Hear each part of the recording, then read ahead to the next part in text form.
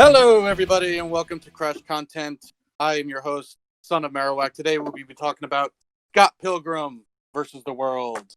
That is, if you've watched the movie, but in this case, we'll be talking about not only the movie, but also the 6-part comic series and the video game, if you have a chance to have played it. For those of you who don't want to be spoiled, I'm going to go through a little synopsis about what the series is about to get you interested. We got this guy called Scott Pilgrim. He's like 23 years old. He's just a guy. He does things. He chills with his friends Kim Pine, Steven Stills, and Young Neil, who are in a band called Sex Bomb. One day, Scott Pilgrim meets this girl. Her name is Knives Chow, and he dates her, and she's 17 years old. But then he meets another girl named Ramona Flowers, and he dreams about her, and he's like, holy shit, that chick's really hot. Then after that, he goes through some shit. He starts dating Ramona, and he's like flipping between Knives and Ramona. And then he gets an email saying, you have to defeat 7 evil ex-boyfriends. And that is the premise of the series. Scott Pilgrim, in order to date Ramona, has to fight her 7 evil ex-boyfriends. So, if that hasn't have you hooked, you will also want to look into the short 2-hour film of the same name. If you don't want to read the whole 6-part comic series, there's also a video game if you are lucky enough to have already downloaded it to your PS3 or Xbox 360. Unfortunately, has been delisted for about 6 years now. But if you can somehow emulate it or find a friend who has it, it's a really fucking great beat 'em up. But we'll get into that later down the line. For those of you joining us, please name yourselves. I am Ryan from Arcade Nova. And what is your experience with Scott Pilgrim? I initially, around the time the movie came out, I had heard of it, but I'd never watched it for whatever reason. I hadn't seen it. But one day, upon entering Barnes & Noble, I saw the first volume for the comic series, and I picked it up because it looked fucking cool. I read specifically around the time the movie came out. They started re-releasing the original series of comics in like full color. And also, for anyone that doesn't know, we should also point out, it's worth pointing out that, like, so when you think of like an American comic book, it's not like that. It's not like a thin little comic book. It's more like a manga. It's like there are 6 volumes of the original series, and they're each basically like a manga. Yes, like, the whole series is very like manga. I probably should have mentioned that. The Scott Pilgrim is very like fan culture inspired, and the comics themselves are very manga inspired, black and white, thick bindings, the works. Yeah, so like I said, yeah, but there is like a full color version. So I've actually never read the black and white version, but I think there's probably like a bunch of releases now. But I read all those as they released, as they came out, and I really enjoyed the series. And I've also played the video game, and I've seen the movie. I didn't watch the movie until a bit later because I don't know, I just didn't get around to it. Wasn't nearly as into it as the comic or the game, but we'll get to that. So that's basically my short synopsis. I guess we can get into more details as the show goes on. We will. Alex?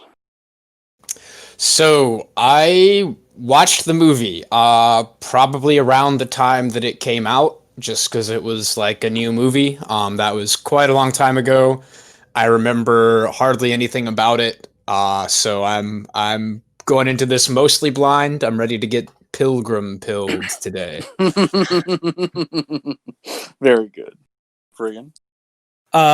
So my first experience with this franchise was actually the game. I was over at a party at my buddy Johnny's house, and he fires up this beat 'em up that's a 4-player co-op, and I'm just like, heck yeah. So there's like 8 or 9 of us there, and we just took turns subbing in and out for the different slots, and we just played 4-player co-op all night, and it was sick. Watched the movie a couple years later. Never read the books. JNES. Blasphemy.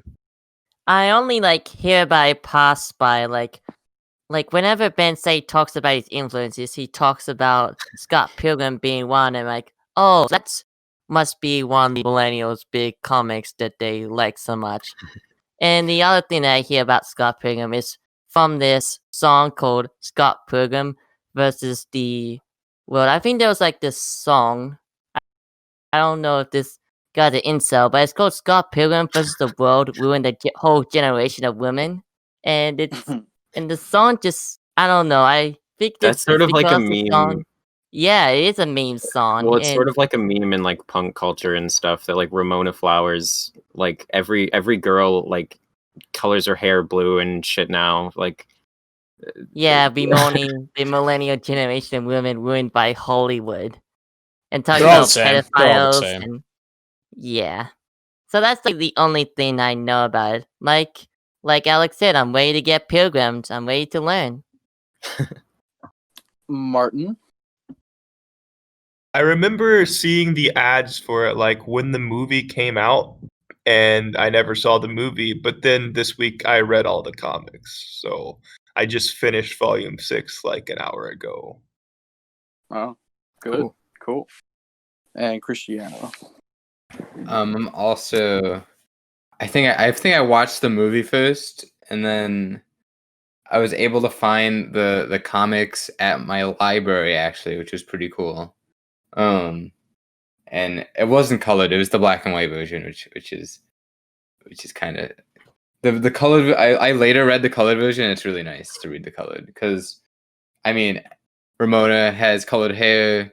And a lot of other there's some really good color choices used for the colored version. It's just an enhanced version. But yeah. I had there was a time period where I was really want to purchase the colored series, but I had already owned the black and white comics, and I was like, I don't know if I want to own the same series twice like that. But now I'm actually at a point where I actually really don't want to read the colored books because I just feel like it kind of ruins the art style of the black and white. But you guys are actually suggesting it might actually be worth a while, so maybe I will. Also, it's worth noting at Proof least 2D is better. Thanks. it's also worth noting that at least I know in the version that I have, which are the original releases of the colored ones, I think they've done other ones since then. But in the bigger the hardcover ones, they have extra. There's a bunch of bonus features, quote unquote, of behind the scenes stuff about the development of the comic. So I would say it's worth it even just for that alone, if you're really interested in that stuff. Unfortunately, that's not something I even knew, so I can't get into too much detail. But there is actually some interesting backstory about the comics with the movie. We will get into that later. There's also really quick. There's also the black and white version has some meta jokes that depend on the comic being in black and white. So that is the one flaw of the colored version, is that those jokes do not work out. Yeah, the hair color joke where he's I suppose it could be. Actually, no. From what you're referring to, when she changes the color of her hair, there is a little side note in the comic that says note black and white, so you can't actually see the color. I mean, that's the whole. Anyway. So it makes its own joke. Yeah. They changed the note to they changed that note, I believe, to in the black and white version. This made more sense, because that's what it said in what I read.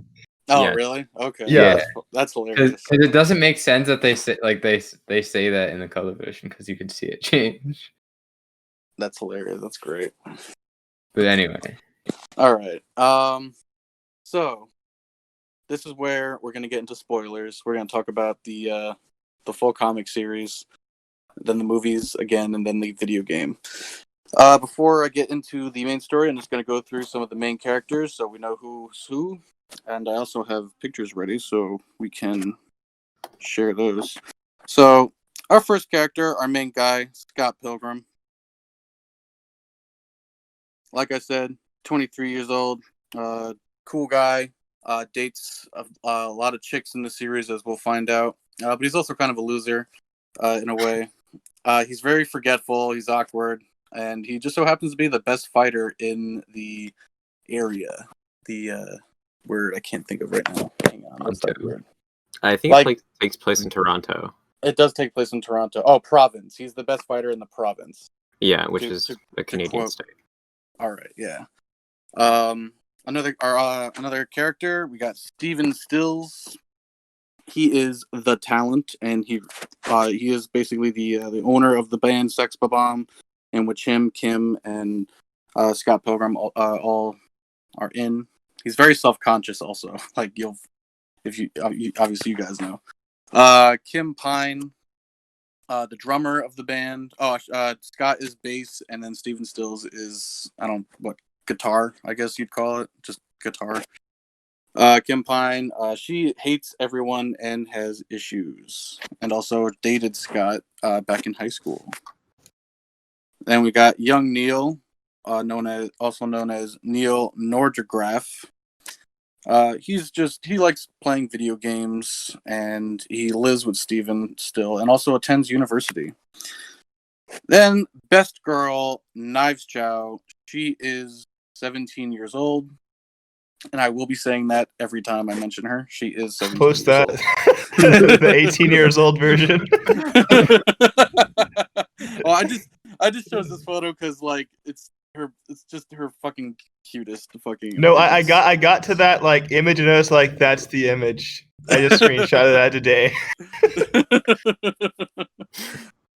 Because it's like the whole trademark is Knives Chow, 17 years old. You just see it a million times. Then finally, volume 6, Knives Chow, 18 years old. It's like That's always gonna be the subtitle, even when she's legal.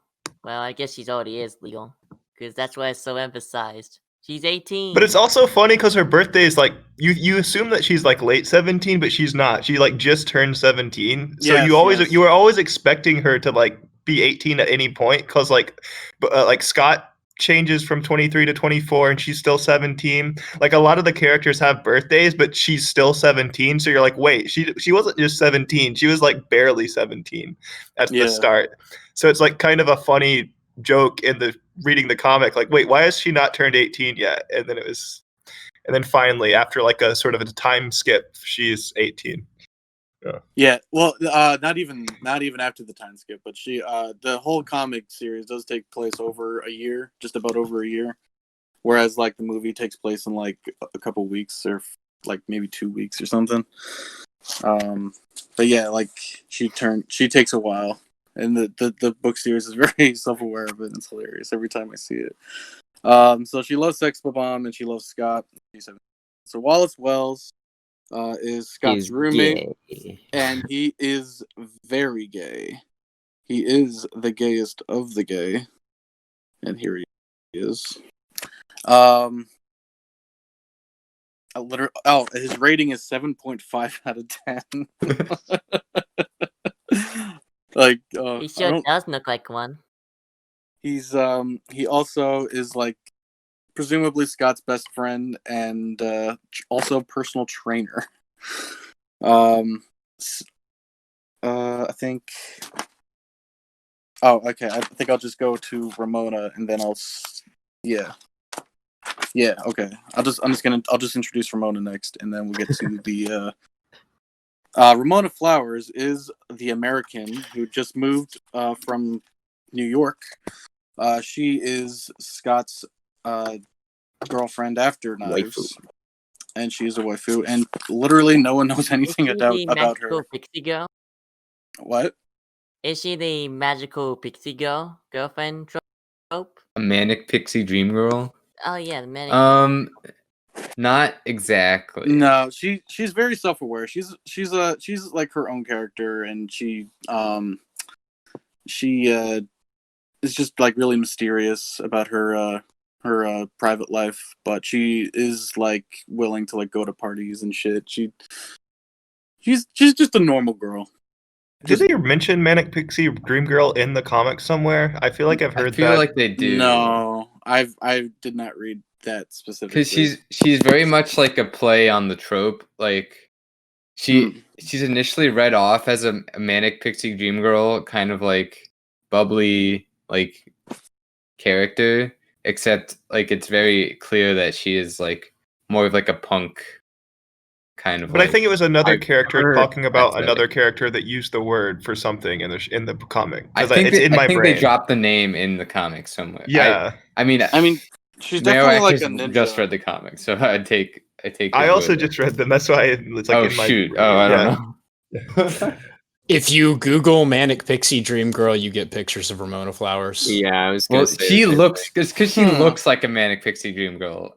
Like I've never heard of this term, but Yeah, I me haven't neither. either. I all haven't I'm either. seeing is pictures of Ramona Flowers. The term's been like around longer than her character existing, I haven't heard of the term either, but I want one. and it's like usually used in like Two.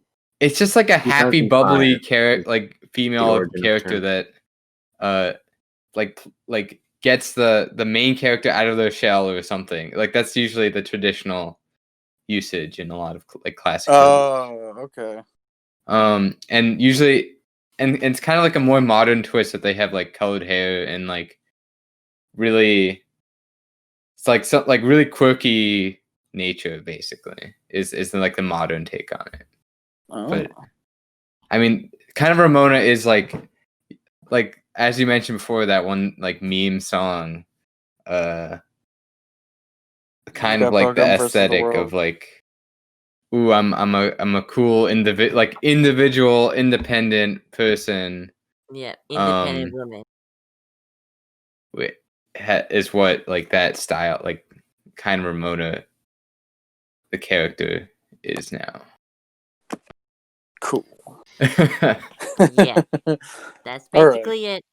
Yeah, so those are like the main characters. Obviously, we will be introducing other characters as they become relevant, but those are like the mainstays. You got Scott, Stephen, Kim, Neil, Cho, Knives, Wallace, and Ramona. Those are the main characters. They will be present in pretty much everything.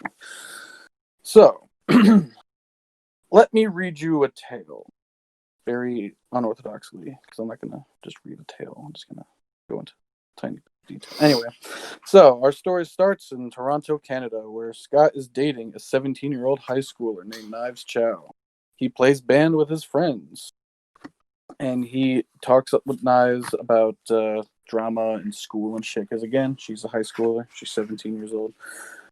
Everyone's like, what the hell, Scott? Why are you like dating a 17-year-old? It's so easy, and you're such a fucking wimp for doing that and whatever. And he's like, oh, it's just fun, you know? Because Scott just got over like a terrible breakup about a year ago, and he's just trying to get over it.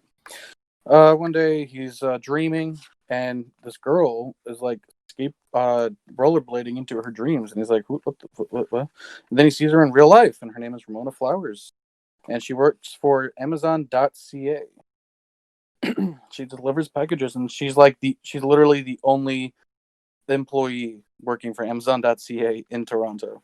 Oh, I should also mention this book. The first comic was finished in 2004, so the movie came out in like Before 2010. the Amazon became like corporate overlords. Before the movie even came out, like you could put into perspective why certain things are the way they are is because this series is pretty old. It started in 2004, especially the first comic. There's going to be things like that didn't exist yet. But anyway, the comics also, FYI, were in development after the first comic ended development in 2010. I think there's like a year or two difference between each comic when they came out. Wait, say that again? Each comic had like a year or two difference between each other. Okay, Yeah. you made it. You made it sound like the comics, like the first.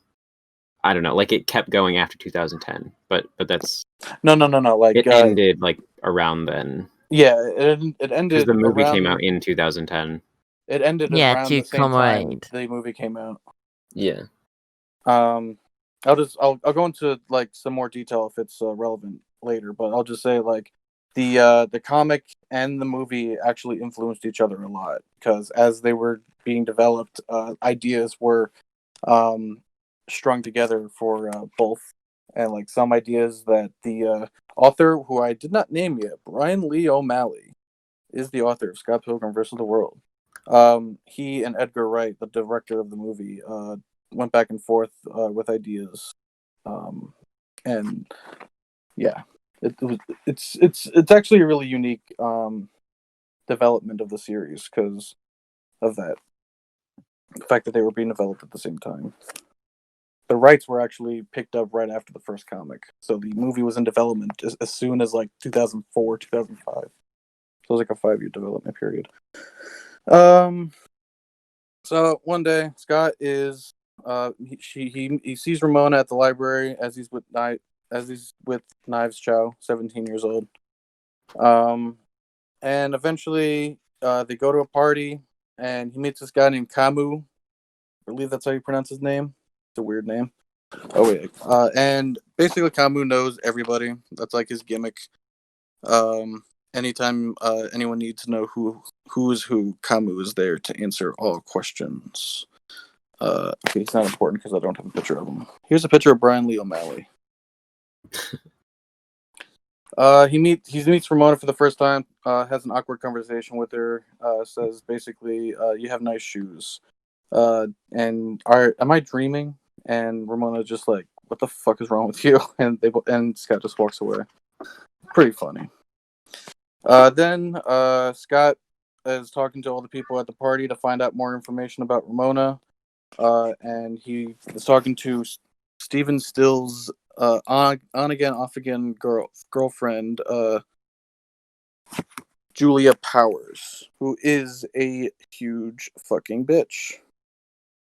She just basically hates Scott and everyone. She's kind of like Kim in a way, where she's just like, fucking hate everyone. I hate people, and people are assholes, and she just wants to be famous. That sort of thing. Scott orders something off of Amazon.ca to get a meeting with Ramona, as she will deliver it. And when she does, he asks her out very awkwardly. They go on the date. They go through we're introduced to this thing called Subspace Highway, which in the comics it is referred to as something that they teach in America, but they haven't taught in Canada. It's basically 3 miles in like 0.5 seconds or something. And it's just like this alternate reality sort of thing that you go through a door and you can just go wherever you're going to, like really fast instead of going through the real world. It's basically a shortcut. It's like hyperspace. It's like a hyperspace shortcut that you have to open a door to go through, and it's just something that Ramona uses like everywhere she goes. And it also goes as she uses it, it goes through people's dreams, which is why Scott saw her in his dreams, because she was using the Subspace Highway. And then that night, they go to Ramona's place. They sleep. They don't have sex, presumably. Thank God. And this whole time, Scott is still dating Knives Chow, 17 years old. So he's being a pretty despicable motherfucker right now. And even when he gets home, finally, Wallace Wells, his roommate, is like, dude, you're a fucking asshole. Like, break up with your fake high school girlfriend. And he gets the first email of the first evil ex-boyfriend, who he is just like reluctantly like, I don't care what the fuck this is. He doesn't even read the whole thing. He's just like, this is boring. I'm not gonna fucking read this email. This is stupid. And then Scott invited Ramona to the Rocket, which is where Sex Bomb will be playing a show. This is a good time for me to say that, like, something that we didn't touch upon is there are a lot of like subtle there's a lot of like subtle video game references and things, like. Yeah, I was gonna ask about that. I heard that it makes a dozen types of video game references just from the movie style. It seems like that kind of feeling from Player One, Is that similar to Well, it? there's a lot in this in like a general sense, like Scott, like when he like beats up enemies or whatever, like they'll drop coins and things like that. So that's just like a general thing. But there Mhm. are like specific references, like a bunch of the band names are actually like retro video games. Like for example, one of the more like important bands that we'll get to in the plot is Clash at Demon Head, which you would just probably assume that's like a whatever, like that's just a made up band name, but it's actually a reference to like a fairly obscure, like though relatively like cult classic NES game. And there's a bunch of other stuff like that, like too. I mean, like Sex Bomb is like, you know, bombs or like the bombs from Mario. I think like one of the drummers has like I can't remember if it's on a shirt or if it's on like the drum kit, but in one of the earlier comics, I think there's like somewhere there's like the logo for Sonic 3 on like a shirt or something, and there's like a bunch of things like that. Like there's like Kid Chameleon is another band, which is like a Genesis game. So there's just like you know, like overflow of references to like retro video game culture, which is cool. And that's So how, like when they buy drinks, it's like +1 strength, +1 Yeah. whatever. Yeah. that was part of it for me. Like when I read this, because this was probably one of like, if not like the first comics that I ever really got into. I felt like really connected to this because of a lot of that stuff. So yeah, So it's not so much like subtle video game references as much like very Well- direct video game references. well, subtle. Like I said, like some of them are very direct. Like some of the more general ones, but there is a lot of like I said, like something like Clash at Demon Head. That's like something that most people would have like no idea. Like unless you knew that very specific game that is pretty obscure. So The Well, it's more not direct even- ones, there's like some girls walk by and it's like his thirst meter is like 70% full, and then it's like his money meter is 0. And they just like have like little bars for things like that, and it's just at random points all throughout the comics. And if you were to pay attention to the T-shirts that Scott wears and other characters, there are also references there. For example, he wears a Astro Boy T-shirt at one point. And also there's also a lot of musical inspirations for the series, like not just with like the characters, but also just like names of bands. I can't name anything because I don't know music very well, but I know like there's not. I Smashing don't really think there's. Yeah, that's true. There are a couple. There's like, there's one that's.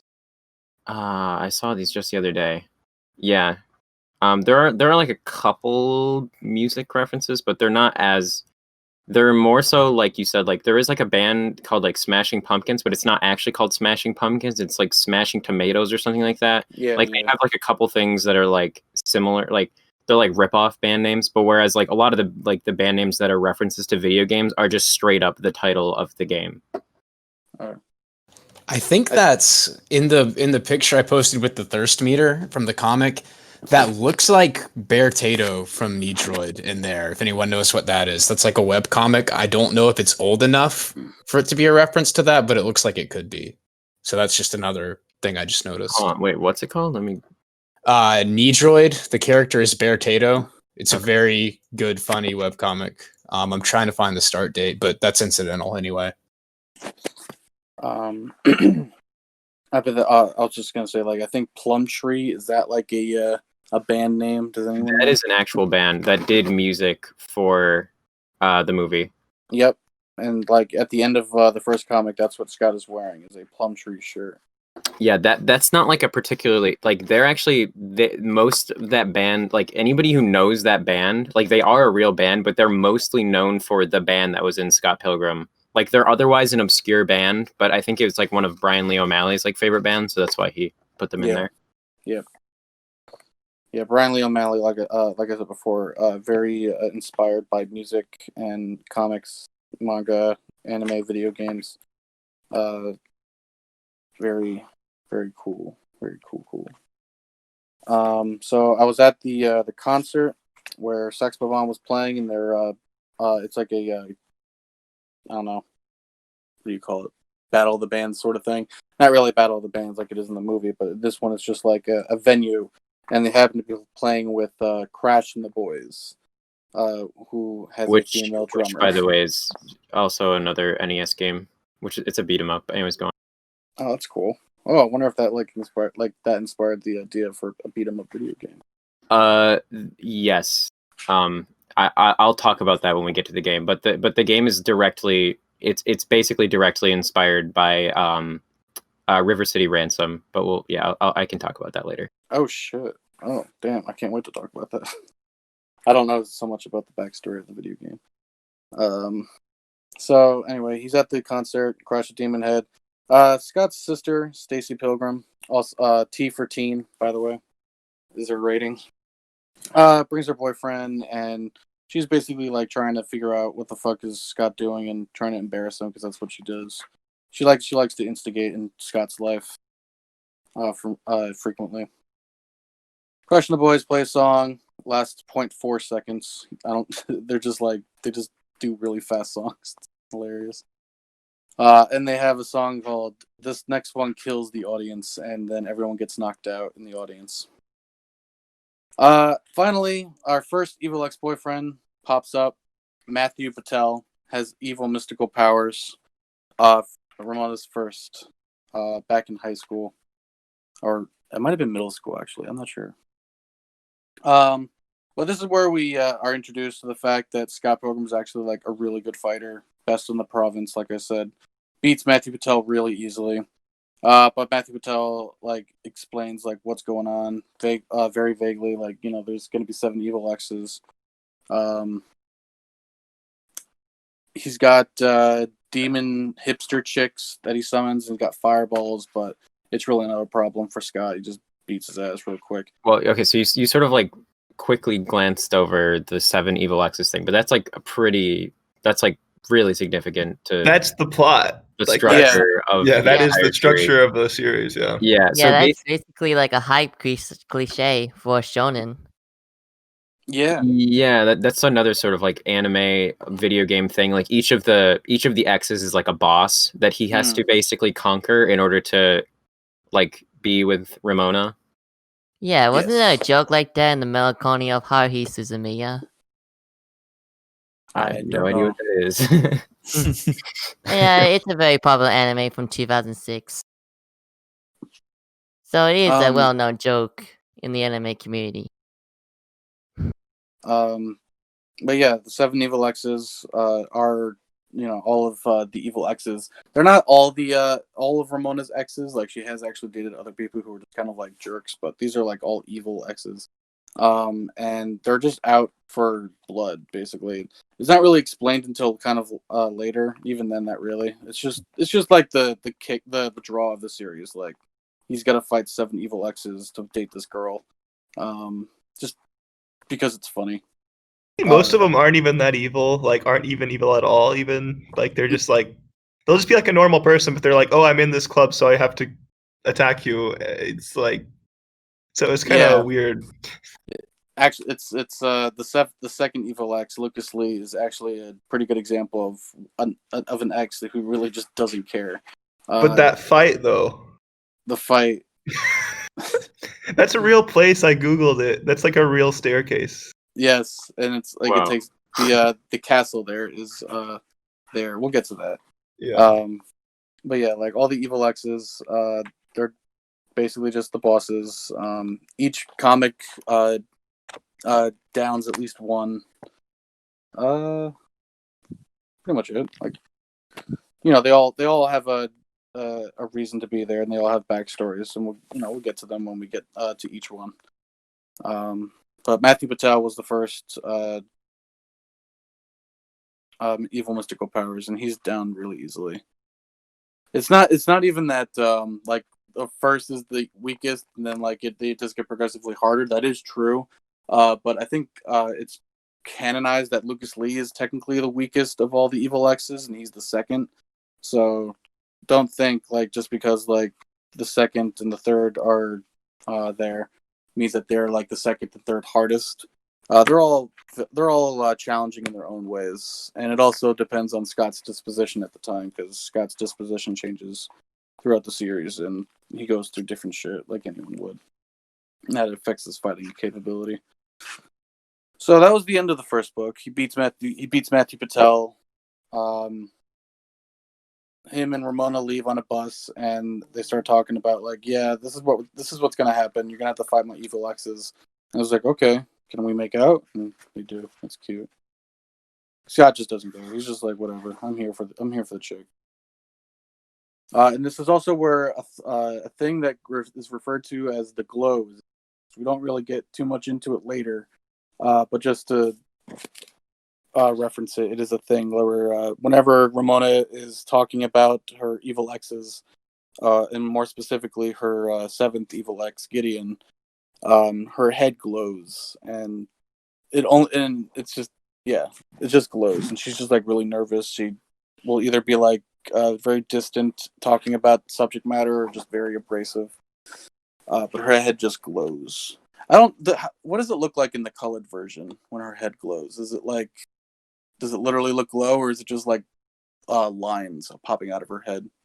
I haven't read it recently enough to be able to make a point that specific. I honestly I was reading it forget. kind of fast, so some of the times I didn't notice like any art difference. I just was like, oh, her head's glowing, and I didn't like notice it was. So you read the colored version?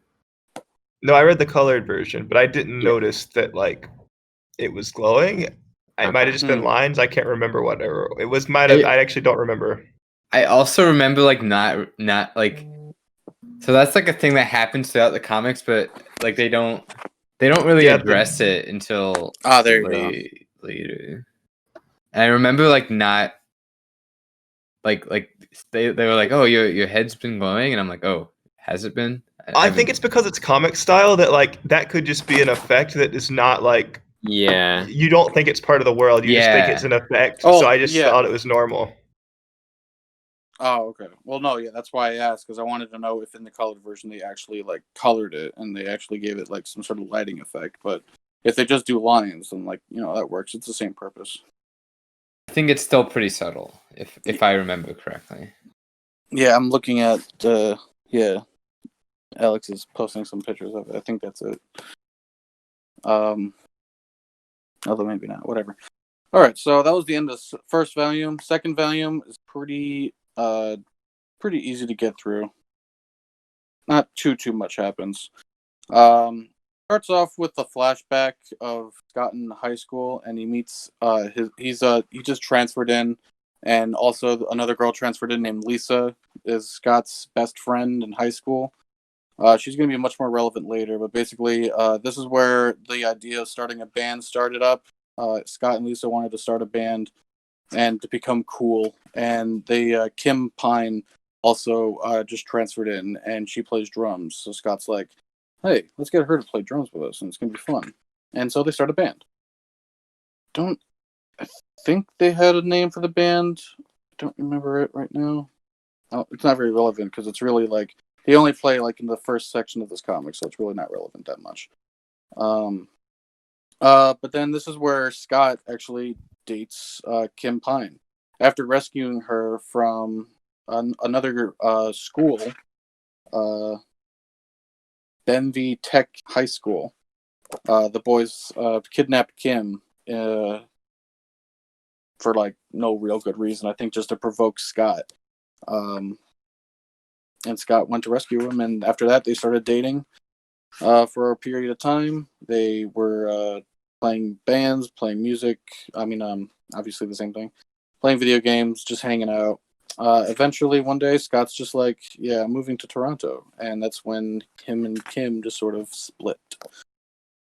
So, back in the present day, Wallace Wells is telling Scott, like, if you don't fucking break up with Knives Chow, 17 years old, I'm going to tell Ramona. And that's when finally Scott rips the Band-Aid off, goes out with Knives one last time. He's just very begrudgingly like, damn it, I really don't want to do this. And just when Knives is about to confessing her love for Scott, that's when Scott's like, yeah, I don't think this is going to work out. It's really fucking sad. Knives Chow, 17 years old, is very sad. It's very, very bad time for all of us. And then he makes it public. He tells everyone, yeah, me and Knives broke up. And then Ramona is very introduced not much later. And this is where we find out that Scott's actually like a really proficient cook. He cooks dinner for him and Ramona at his apartment. Wallace was kicked out. We're also introduced to a little thing about how Scott got this really bad haircut, and that's what he presumes it is what caused his last breakup. It says specifically, he's very aware of like how long it's been since they broke up, 431 days ago, and 3 hours before breakup. It was. We'll get into who that ex is later. After that, we're introduced to Kim and her job at No Account Video, just a video rental service, and Scott has like late fees, and he's like, "Hey, can I borrow this movie?" And she's like, "No, you like borrowed all these. That's not important. Never mind. I'm sorry I got into that. It's not important at all." Then they find out that Clash of Demon Head, who includes Scott's ex, Envy Adams, is coming to Toronto, and everyone's getting all uppity about it. It's like, oh no, this is not good. We don't want this to happen. It's like skimming through the book. Like, really, not a whole lot happens in this book. It's a pretty quick read. Like it's not any shorter, but it's like not a lot happens. Finally, this is when So Scott... skip volume 2, right? No. Well, if you're a speed reader, just the end of it is pretty good. But at this point, Scott goes out to fight Lucas Lee. Yeah, he is just going out to like find him. I think this is like the only time in the series that Scott like premeditatively seeks out the evil ex to fight him. Every other time they kind of just intrude in his life in some way. Lucas Lee is like an actor. He's a really tough guy. I just realized never showed you guys the photos of the character. Here's Matthew Patel. You can show that later in the actual video. But there's Lucas Lee. Smokes. He used to be a really good skater. Now he's a pretty good actor. And right now he's on set for a movie. He just like I said before, he's very reluctant in the whole evil ex league thing. He punches Scott once and throws him a bit. But then they just like, you know what? Let's just like chill out and eat some food or something, and they just do that. And then Lucas Lee goes into detail about how they broke up and how Ramona was kind of kind of a bitch, just kind of threw him by the wayside when the next guy just appeared. And then Scott's like, "Hey, why don't if we're not gonna fight, why don't you like go down these stairs on like show us a grind or whatever?" And he grinds down and dies. just out of he because dies. he was going so fast. He was grinding down these stairs. Up to... That's how I'm trying to die. That's how I'm trying to go more out. Importantly, Scott was playing Tony Hawk earlier in the volume 2, so it's like there's like some foreshadowing of like stupid long grind. I remember like specifically that he was playing Tony Hawk in the show. I mean, not the show, but the comic. So that was like, I remember when they showed the stairs, like, oh no, this is gonna happen. Wait, he looks like he turned into like a being of pure energy and just exploded. He goes too fast and he explodes. Yeah, It's you know, fucking he sick. went faster than the speed of sound. He went up to like 309 kilometers per hour, and when he hit the bottom, he just fucking imploded. And we're in the third book now, right? No, this is just getting to the end of the second book. Oh, okay. Like, I'm just gonna do one more thing, and then we're getting into the third book. After the fight with Lucas Lee, it cuts to Stacy Pilgrim and Ramona Flowers hanging out at a library, and this is when Knives comes out, and she had just recently dyed her hair out of spite or something. I don't know. She just kind of did it for the fuck of it. I think she did it because Ramona dyes her hair. So Knives was like, "I'm gonna dye my hair. I'm gonna like fucking kill." I don't know. She just does it for the fuck of it. It's that manic pixie dream girl assimilation. She goes out to attack Ramona Flowers. they're just fighting, and they're like, this is like where Ramona and Knives were like first introduced, but later in the series they're just going to be like hanging around each other all the time. But Knives is just calling her like a fat hoe, basically, and old and shit. Because even though there's like even though there's like a 6-year difference between them, Knives is 17, and then Ramona's like well, we don't actually know how old she is until later. No, she's like 24, I think. Yeah, just a little older than Scott. And then the book ends with Scott getting a call from her ex, Envy Adams, and it's like this really suspenseful like arrangement of comics of just like short answers, talk of them talking on the phone. It's pretty cool. It's pretty cool in the movie too. But it's just like all these like single page comic strips of them talking. It's really suspenseful looking. And she's asking him and the band to come play at her next show, just like to be a fucking like embarrass them or something. Because she actually it was because her opening act actually bailed on them. For a funny reason. I forget what the reason was, but it was pretty funny. I think it was like they imploded or something. They go to the venue and Clash of Demon Head play, which is Envy Adams' band, as you mentioned before, Clash of Demon Head.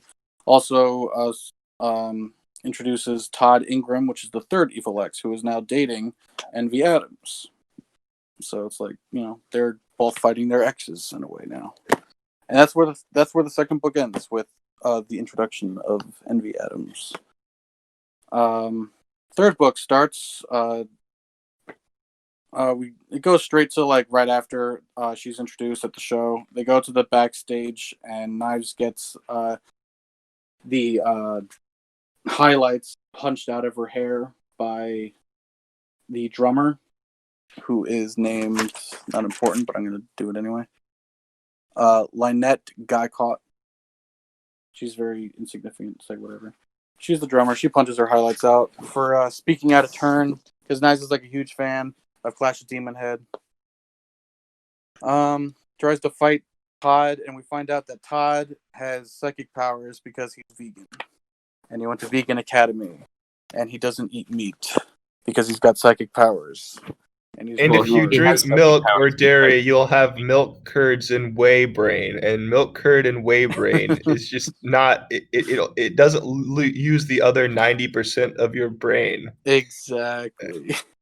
Hold on, real quick. Can you guys hear my fan right now? Nope. Okay, No. like now, when I'm talking, you don't hear a fan. No, a little bit. I do Nope. hear it. Yes, we do. I don't Doesn't hear matter. it. Okay, good. I'm fucking hot, so fuck you anyway. All right, so this they fight a little bit. Todd is like hard as fuck. He's basically like one of the hardest ex-boyfriends in the comic series. He is introduced at the end of the second book, and he actually isn't beaten until the end of the third.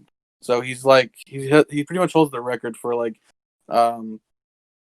lasting the longest in the book series. Like he just lasts an entire comic. The whole third book is kind of where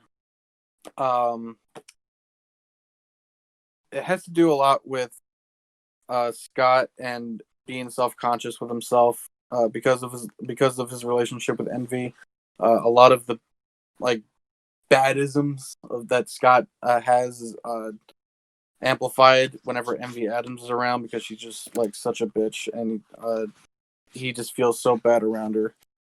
Just makes him feel really tense. But same thing with Ramona. Like, she feels the same way about Todd. So it's like they have some common ground, and that's where this is where their relationship is significantly upped, because they just find that they really did some shitty people. There's a picture of Envy and Todd. So throughout the third book, Scott is contemplating life, basically, doing all these different shit, and they has encounters with Todd and Envy, and they have some challenge runs where they have a challenge run through the store called I think it was called Big Ed. And it's just like this or Honest Ed's. It's just this department store where they can't. It's just like so frightening to them because there's like so much stuff to buy and like so many things on sale that they just have a panic attack as soon as they start running into the store, and then eventually Todd just blows it the fuck up.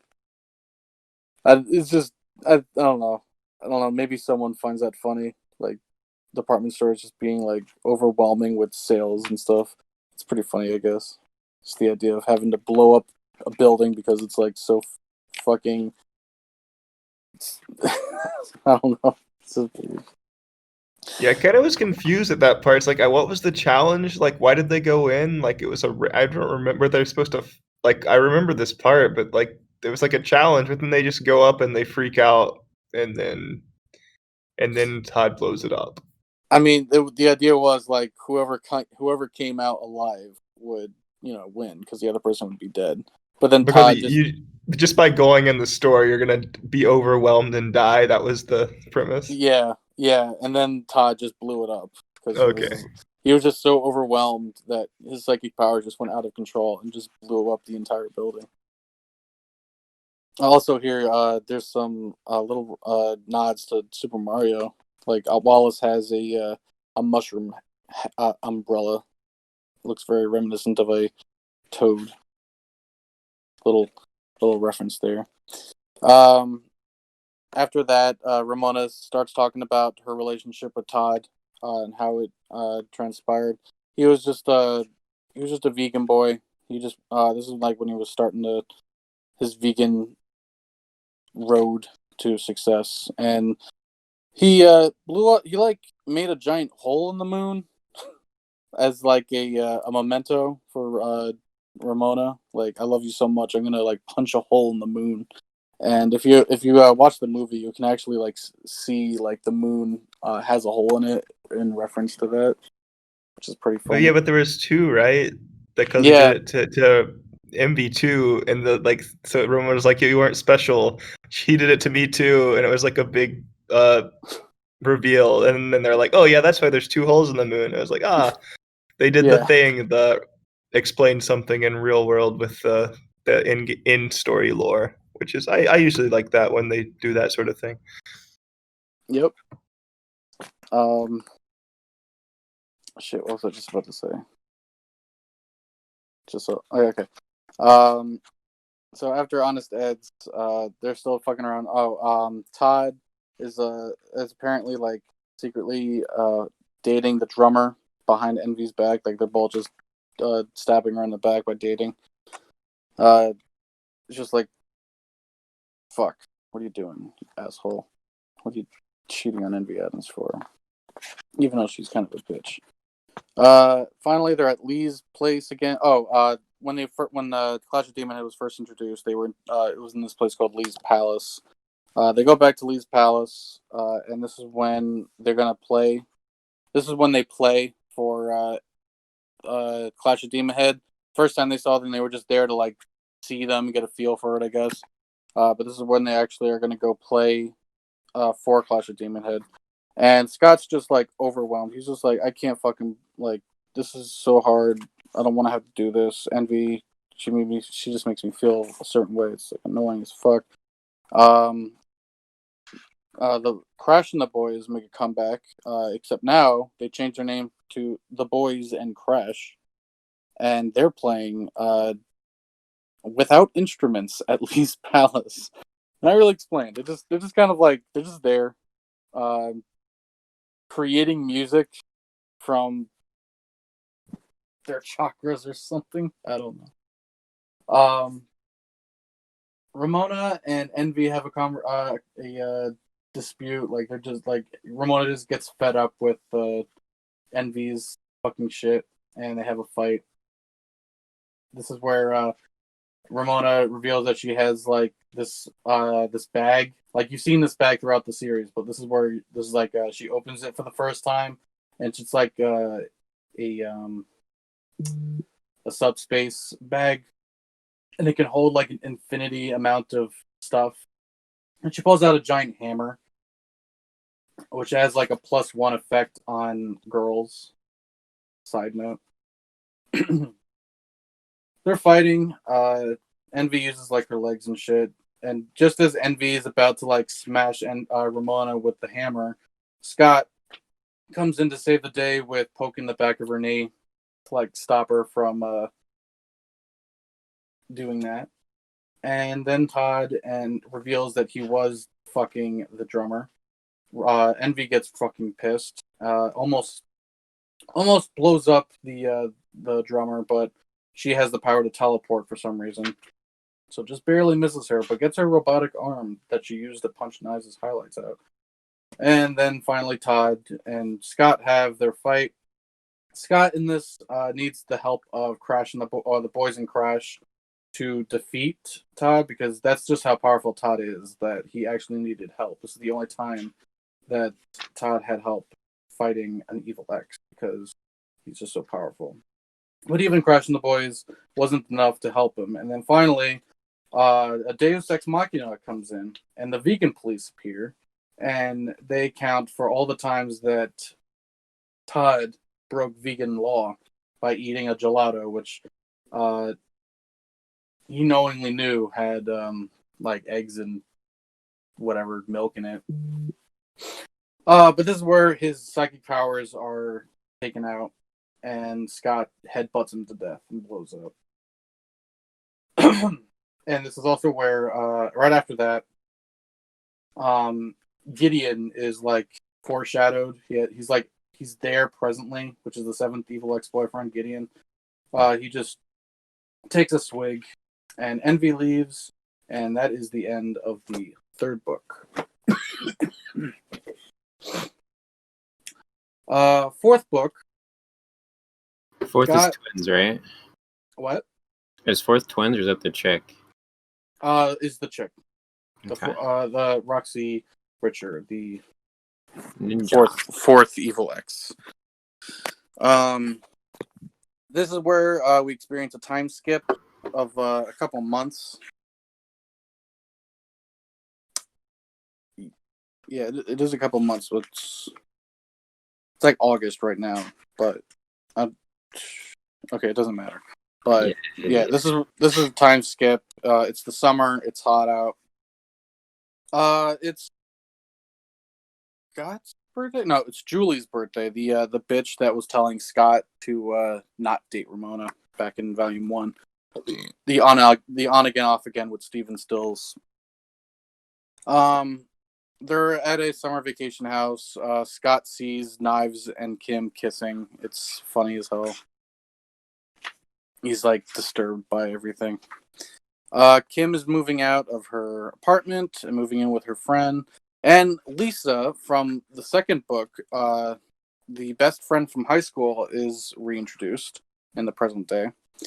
And she's just really happy to see Scott. Hasn't seen him since high school. And this is like the whole point of the 4th book is sort of revealing the trashiness of Scott and Ramona, but like it focuses on Scott.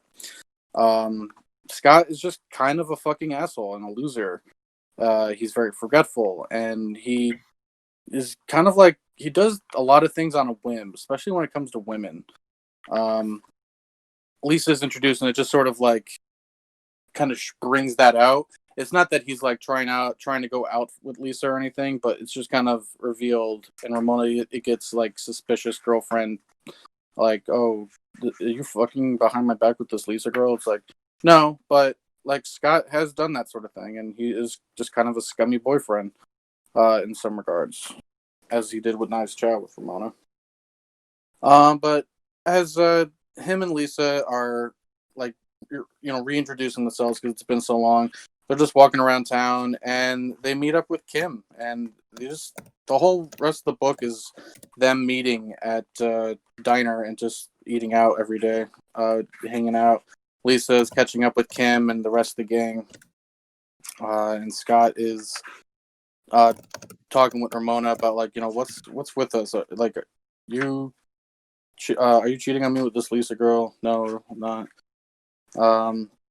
We're also introduced to Knives Chow's 17-year-old father, who is out for blood for Scott.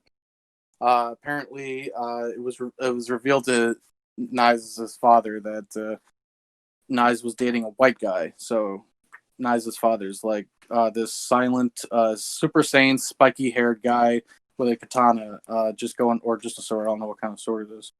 Going out and chopping buses in half and trying to kill Scott. So another ounce of nervousness, of course. As they moved Kim in, Steven Stills finds out that Niles' roommate is also has like recording equipment, and instead of practicing band anymore, Steven Stills gets obsessed with trying to record the Sex Bomb music, and he does that up until the end of the series, and they don't even play music. He just grows so obsessed with recording. One day after, Scott gets a job at this restaurant that Steven Stills works at, and he just did his first day. He just did his first shift, working as a dishwasher, and he meets, he's intruded by this girl by the name of Roxy Richard, who is Ramona's fourth evil ex. Is a girl. She had a sexy phase back in the day where she was bisexual. And she's a ninja, and Roxy Richard is the person who kind of taught Ramona how to use the subspace. She's very fluent in it. She's much more experienced in it, and she's also a ninja. So she's I don't know why that's exactly what she is. And so just like how Scott and Lisa are like meeting up and talking about the past and shit, Ramona starts doing the same with Roxy Richard. They're seen at the diner talking about shit and reminiscing about the past, and Scott gets jealous, like, what the fuck? Are you cheating on me with Roxy? No, that's not what's happening, and blah blah blah. They run away from Roxy using the subspace. Ramona's fighting Roxy for a while. Roxy just pisses off, whatever. This is another book where a lot happens, but it's not too much happens, but don't skip it. It's a very sexy comic. There's a lot of sexy drawings in here. Ramona kicks Scott out of the house because no, I'm skipping ahead. Wait a second. Scott and Ramona have a fight, and they are rightfully pissed at each other for like making assumptions about each other. And as Scott tries to go home, Wallace is actually like fucking, and he has to kick Scott out. So this forces Scott to call up Lisa and go to her house for the night. And Lisa this is where like Lisa's like getting pretty explicit with her feelings. She reveals to Scott like, we were best friends. Why didn't we ever like go out or anything? And Scott's like equally like, I don't know, why didn't we? And they have like a moment where they're like, maybe we should like, go through with our feelings and maybe like fuck or go out or something. And Scott decides not to do that. Kind of just like falls asleep on her. And she's just like, okay, we didn't do it, and that's fine. And this is when Scott is like fired up. Scott's like, you know what? I can have a friend. My best friend is a girl, and Ramona, I truly do have feelings for you. I didn't just like fuck this girl for the hell of it. I do have feelings for Ramona. And Scott runs back home to like confess his feelings to Ramona. Like, no, I really do love you. Like there is no like on again off again feelings with you. And on his way to see Ramona, he's attacked by Niles Chow's father, who follows him into the subspace. Also, this is where like Scott like can also like go through subspace doors on out of his own volition. And Niles' father just follows him through the doorways and shit. And eventually, he, just like how Ramona can like go through people's dreams and interact that way, he Scott does the same thing to Ramona, and he does wind up going into her head in like sort of a dream state. And it's this image of her being submissive to like sitting down next to a guy in a throne who is pretty obviously Gideon, the latest, the seventh evil X. And this is just like a very private thing. So she rightfully gets really upset of him like intruding into her head, like literally her head. And as they're fighting, I mean, Ramona's like, you know, I get it. Like you were just running away. You didn't mean to like pop into my head. Just forget about what you saw. And he's like, okay. And then as he's like about to say like, you know, I actually really do love you, Ramona, Roxy Richer comes out of the house. And you know, Scott's like, are you like sleeping with her or something? Like, are you actually doing that? Just pretty stupid of him to suggest. Just like he literally just got out of the same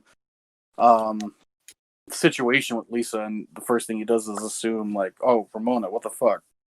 And Ramona's like, no, stop, no, let's just do this another time. You're an asshole. And Scott is just so fucking confused at this point. Like he had all these feelings, and now it's just like, shit, what do I do now? Like I have all these feelings, and I can't just go talk to Ramona now. And he encounters Nega Scott, which is a personification of all of Scott's misdeeds and like negative emotions.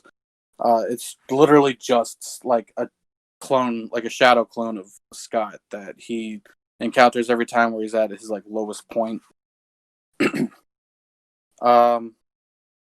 And he just he overcomes Nega Scott a little bit. Like Nega Scott's like about to, I don't know, kill him or something, but Scott like panically goes through him and goes back to Ramona, finds out that Niles' child's father's there attacking everyone for some reason. I don't know why. I guess, no, the reason why he's fighting everyone because everyone ran through Roxy's room, and Roxy's like, the fucking Gideon sent you? I don't need help. I can do things on my own. And her and Knives Child's father fight.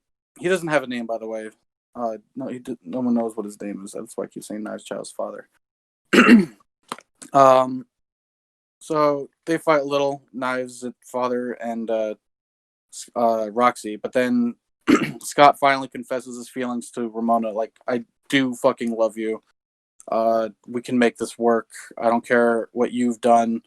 And I can get over the things that I've done, and we should totally like date. And Scott and this is when Scott earns the power of love and reveals a sword of love bursts out of his chest, and he uses the sword to fight Roxy.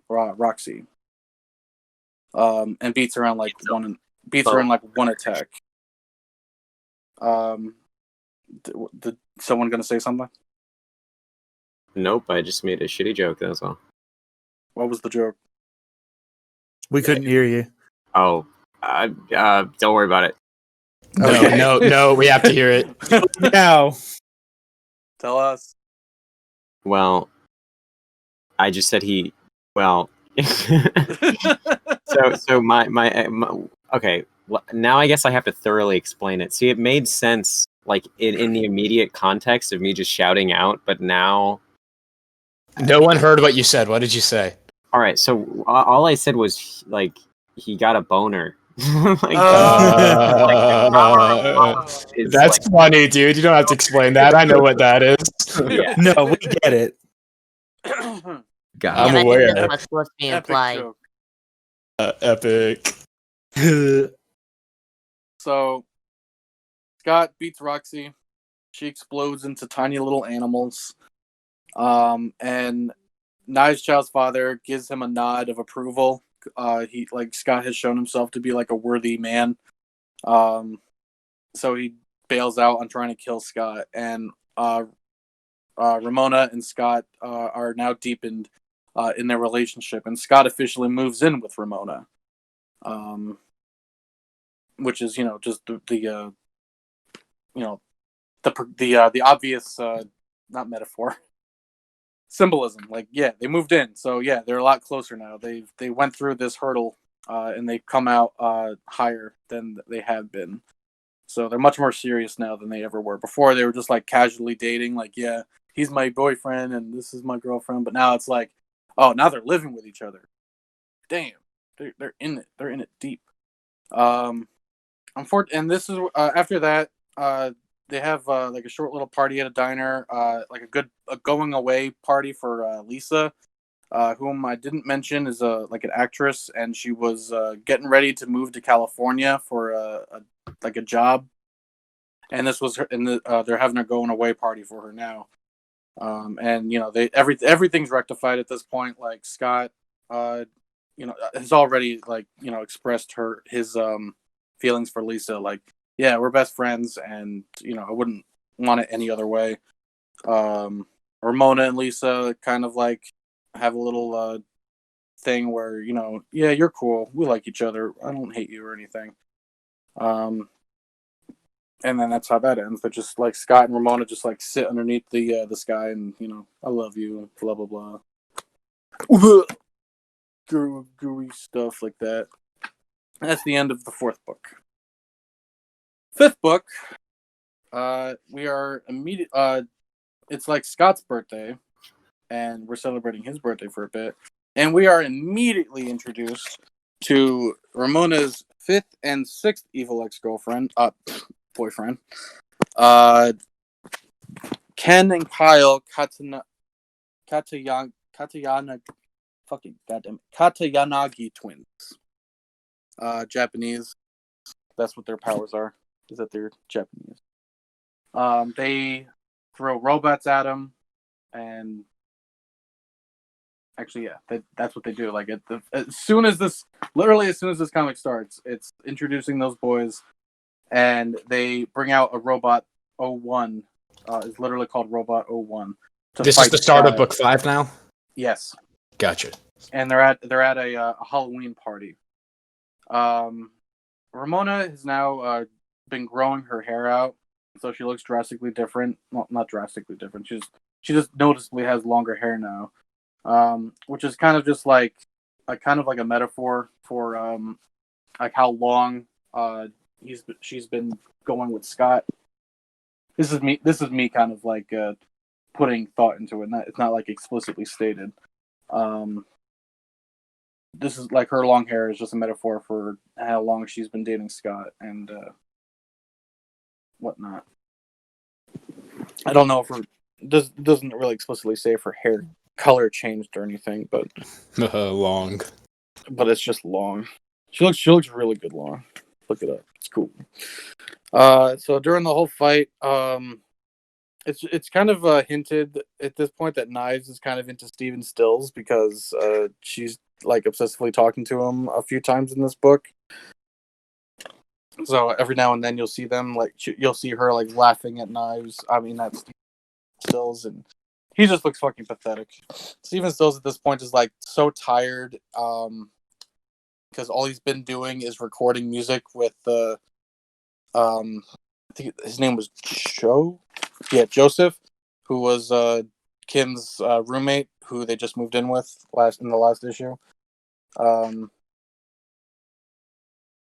And I think he's also been like it's pretty heavily implied at this point that he's like totally off of Stacy now.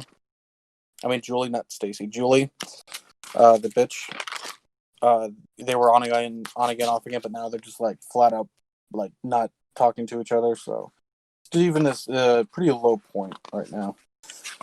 But whatever. He's recording still with Joseph, and Scott is moved in with Ramona, and they're just like settling some ground rules. Like, hey, this is what's gonna happen as we're living together.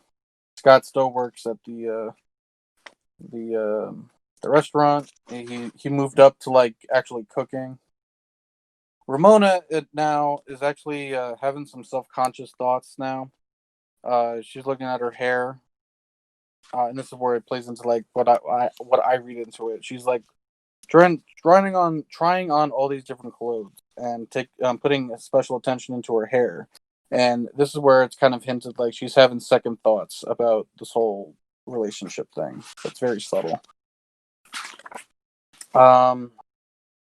Knives and Knives reveals to Ramona at another party. Also, one thing I should note about this whole series is like half the time they're at like a public function, like whether it's a party or a concert. So whenever like really important shit happens, there's always someone there to watch it. Just about.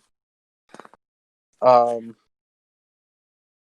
know why I thought that was important. Maybe it's important, but I figured I'd just let you guys know. There's always someone there. So Knives reveals to Ramona that Scott was actually cheating on them with each other, and Ramona has a pretty severe like thought about it. Like, shit, I did not know Scott was this scummy. Like I assumed it, but now it's like nope. It's proven. Like, yeah, Scott has done some pretty shitty things.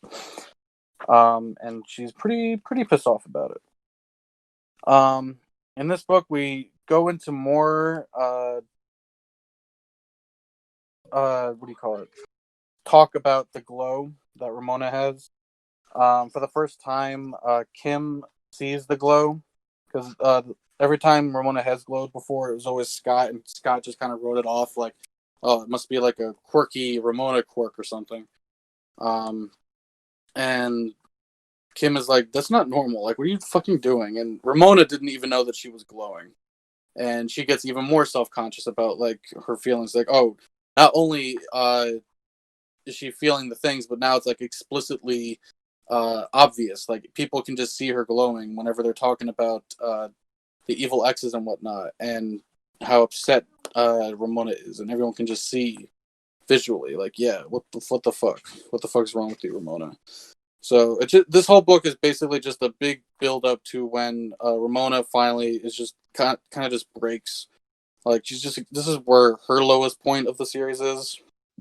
She just needs to do she's just doing a lot of self reflection, whether it has to do with dating Scott or just herself. They're at another costume party. I don't know why it's another costume party after just kind of. They actually talk about how, like, why the fuck do we keep going to these costume parties? Like, what the fuck's even the point? So, it's whatever. And then the Katsunagi twins come again, and they throw another robot at him. They kind of, the twins, like, harass Ramona a little, saying, like, hey, you're down, here's some liquor to feel, so you can feel even worse. And this is where Kim takes a picture of Ramona in her glowing state so she can, like, prove to Ramona, like, yeah, this is what's going on with you. Like, you're glowing and shit. Scott, I hate to interrupt you. But I just realized I don't think we allowed for Craig to share his towel with the series. Do we want to? Craig, hit it. Recording, Craig. Well, I guess he's got nothing to say. All right, continue.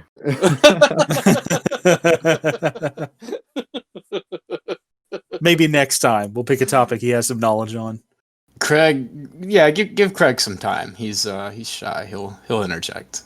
This is only his second podcast, so I'm sure he just needs some time to meditate on his opinions and shit. I'll talk to him after the show. We love you, Craig.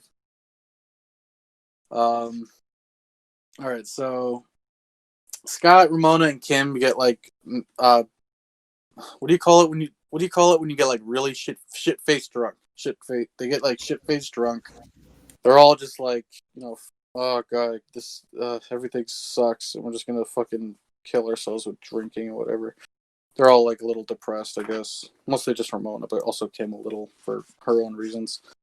Katsunagi twins kidnap Kim on as she's walking home, and this Ramona and Scott have like, or Ramona's kind of like throwing herself at Scott as like a way to force her the feelings that she wants to feel onto him.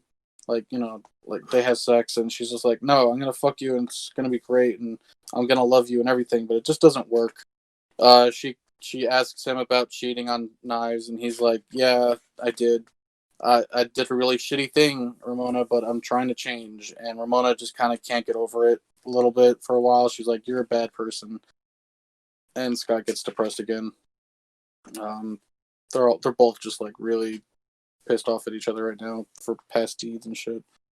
Ramona cuts her hair the next morning. So, like I said before, now she's like, symbolically, she's like kind of done. Like she wants to like start again or something. I think because of that, like with the whole hair cutting thing, I think that's supposed to be in reference to like she'll always let her hair grow out whenever she's dating another guy. So like she cuts her hair down to the length it was when she was introduced into the comics. So like when she was dating each evil X, she let her hair grow. And then she cuts it when she's done. So this is kind of like one of the worst aspects about Ramona. It's not that she cheats on guys, but she's very what's the good word? She likes to toss her boyfriends aside. What was that? She's flirty. Not so much flirty. I want to say frugal. Is that the word I want to use? I don't think so. Frugal is like you don't spend money. You're careful and you save resources. I think she's like, oh god, what's the word? She loses interest quickly. High fructose corn syrup. She's a flake. Yes, that's the word. Flake. There we go. I knew it started with an F. Yeah, she's very flaky with boys, and that's definitely like the worst attribute about her. She's on many occasions with the other ex-boyfriends, and that's what turned them evil. Is she just like broke up with them on a whim, and it's Scott finds out about Kim, goes to rescue her from the Katsunage twins, and just when like the Katsunage twins are like about to beat him because he's just like really down on himself, Kim's like, "Hey, Ramona just texted me. She said, hey, you better get through this because she loves you and whatnot." And unfortunately, that was a lie. So even though that was a lie, Scott got fired up and got enough power to beat down the Katsunage twins. And he rescues Kim, and then he runs back home to find Ramona, and Ramona is so distraught with her feelings right now that she just flat out disappears and like saying like, "Hey, it's been really fun, Scott, but I gotta go." And she doesn't just like leave the house; she just like flat out disappears in front of his eyes, to make it that much more like, oh god, that's Alex. It's like ouch. Or did you say Alex or ouch? Yes. Okay. So she's gone. Again, this is like another low point for Scott. He locks himself out of the house by accident because he forgot the keys inside the house. That was a joke, like a reoccurring joke in this comic. And he goes to like all of his friends for like a night. Like he spends the night with all of his friends separately. So like one night he spends the night with Steven Stills. This is like where he just kind of this is like his self-reflection where he goes to all of his friends and like they talk to him about how they feel about him and vice versa, or really just how they feel about him. Steven likes him. Steven's his friend, but even he can only deal with Scott so much. Kim is much more open to Scott. Like, they used to date and they were like best friends for a while. And even though like Scott was kind of a douche in high school, like even she's like, yeah, I mean, you're still an okay guy. Like you do some really shitty things, but basically everyone's feelings with Scott, his sister, his roommate, his friends, everyone kind of has the same feel for Scott. Where you're kind of an asshole, dude. Like you really should fix that. But we know you're a good guy at heart, and this is all at the same time. It cuts to him meeting with all his friends, as he's trying to get the cat that Ramona had back into the house. So that's kind of like metaphorish in a way where he's trying to get through his feelings and trying to find the courage to like face Ramona again by trying to get her cat again, because the cat like ran away from home or whatever. So That's what he spends half the time as he's like meeting and talking to everyone. And he also gets really obsessed with just trying to fight the last evil ex-boyfriend, Gideon. And he, on separate occasions, on multiple occasions, he'll just like see someone with glasses because he knows Gideon has glasses, and he'll just like try and fight them immediately. For example, Wallace has a new boyfriend named Mobile, and he like sees him and immediately tries to attack him. He moves out of Ramona's place because he can't get in. And his parents, I'm talking about Scott. Scott's parents help him move into a new place. And he almost punches, or no, he does kick his brother. He has I think he's an older brother named Lawrence. He kicks him in the face thinking he's Gideon, and blah, blah, blah. Wait, do I have this straight? He's going around fighting everyone with glasses because the only thing he knows about the guy he needs to fight is that he has glasses. Yeah, pretty much. That's good. That's a good way to do it. Yeah, just everyone with glasses. Earth. Just purge the genetically inferior along the way. Sounds good. Yeah. I'm in danger. And this is where the last book, the fifth book ends. It ends with Gideon actually calling Scott and basically challenging him to a fight. And you know he's goading Scott like, "Yo, get ready. This is gonna happen." And this is just when Scott is just like torn. Like this is probably Scott's lowest. Like I think I've been saying that a lot. Scott goes through a lot of low points, but I think this is the absolute lowest. Like he just confessed his love. Like he's assured himself, like, yes, he loves Ramona, but then Ramona leaves, and everyone he just wants to like fight Gideon so bad that he starts punching people that he's never met or that he just hasn't seen before, hasn't seen in a while. He's very paranoid at this point. And now we get to the last and final book, Scott Pilgrim. And just before I start it, I want to reiterate, because it hasn't been very extremely relevant until this issue, that Scott does have like a serious memory problem. There are multiple points in the series where Scott is just like very forgetful, and like people will be explaining like, "Hey, remember this?" And Scott's just like, "No, I don't. What are you talking about?" And you would kind of write it off as just Scott being an idiot, or maybe it was just a joke, or maybe he just wanted to forget about it.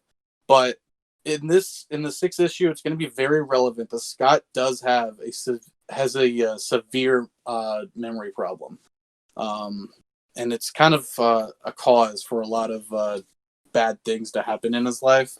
But I'm going to get into that when we get to it.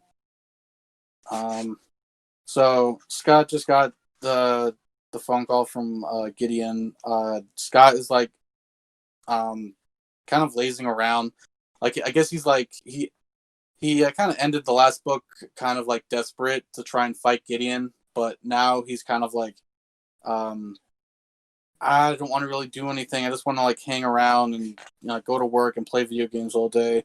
And then Wallace is like, "No, dude, you gotta go. You gotta go like fight this guy." Everyone like gets a little turn of like motivating Scott.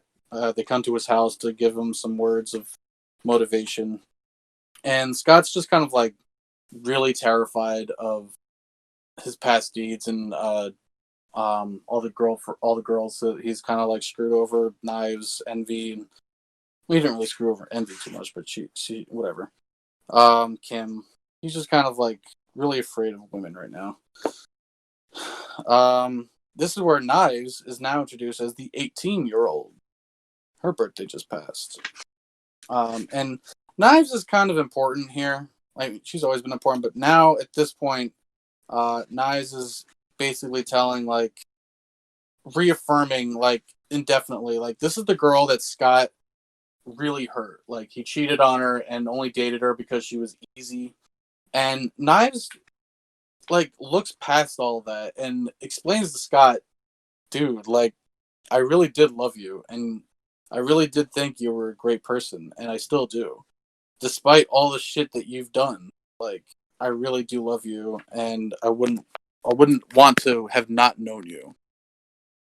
So it's like a severe ego boost for him. Like, shit, this girl I like totally screwed over is still willing to talk to me and whatnot.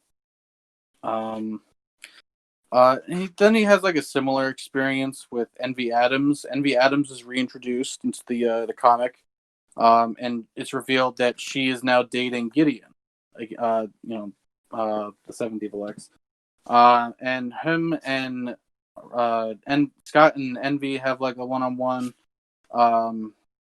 She's basically saying like, you're lazy and whatnot. He's like, no, I'm not. Like, I got virtues and I got shit to do. I could do it if I wanted to. And it's revealed that she is performing for Gideon's new Chaos Theater, which is opening in Toronto. So now it's like, okay, he's coming. It's slowly building up to like Gideon is not just approaching him literally. I mean, well, figuratively, but also literally. Like, he was in New York, and now he's just come to Toronto to challenge him with the whole fucking Chaos Theater and shit. So now, skipping ahead. Okay, yeah. Wallace convinces Scott that he's got to go training. It's not really too relevant, but Wallace is like supposed to be like Scott's personal trainer in a way. Part of the reason why he's such a great fighter is because Wallace has conditioned him, and says that Scott's got to go to the wilderness and just kind of like find himself there. And just so happens, like he just goes to see Kim. Oh, I didn't mention. I'm sorry. Kim moved away at the end of the 5th issue. She moved back with her parents because she began to have trouble with her roommates. So she just said, "Fuck it, I'm just gonna go back and move in with my parents." So Kim is not in Toronto anymore. But now Scott went to go find Kim, and again, just like with Knives, Scott's doing some self-reflection with Kim. And this is where the memory thing starts really coming into effect, because Kim reveals to Scott that she found out that Scott was going to move to Toronto back in high school. She found out from Lisa and not Scott. As you're reading the comics, I probably should have mentioned this. In the first issue or in the second issue, you saw Scott reveal to Kim that he was moving to Toronto, but at this point it's revealed that no, that was just his memory fucking up. It was actually Lisa who told Kim, and Scott told Lisa that he was moving to Toronto, and that really fucked up Kim, and that's why Kim is like so angry at Scott, because he couldn't even be bothered to tell Kim that he was leaving as they were dating. And it's also revealed like that the guys at the high school that kidnapped Kim, it's revealed that the guy he beat is actually like kind of a wimp and not like this really awesome badass. So it's kind of it's kind of like revealing like Scott kind of just makes up his own memories to fit his vendetta. Like he tries to make himself look cooler by imagining that he actually is a badass and not like some scumbag who will just attack some dude at a high school. Although it's not really put into detail whether or not they did kidnap Kim and he did have to beat some guy down. It's weird. I mean, I guess we just assume that Kim was kidnapped and it was by this high school. But for some reason, they kind of make it out to be like, oh, this guy who kidnapped Kim was actually kind of a wimp and didn't need to be punched. But I don't know. That's weird. And now this is where Nega Scott finally comes in to really like kick Scott's ass. This, like I said, Scott is at his lowest point, and now Nega Scott is gonna just like fucking kill Scott unless Scott can kill him. And the thing about this is Scott references how there has been other times in his life where Nega Scott came up, and Nega Scott is like a personification of all of the misdeeds that Scott has done. And every time Scott would be overwhelmed with guilt and negativity, he would just kill Nega Scott, and it would just kind of go away. And that's kind of like a cause for his memory loss, because like once he kills Nega Scott, it's like he's killing his past deeds, and so he just kind of forgets the shit he's done.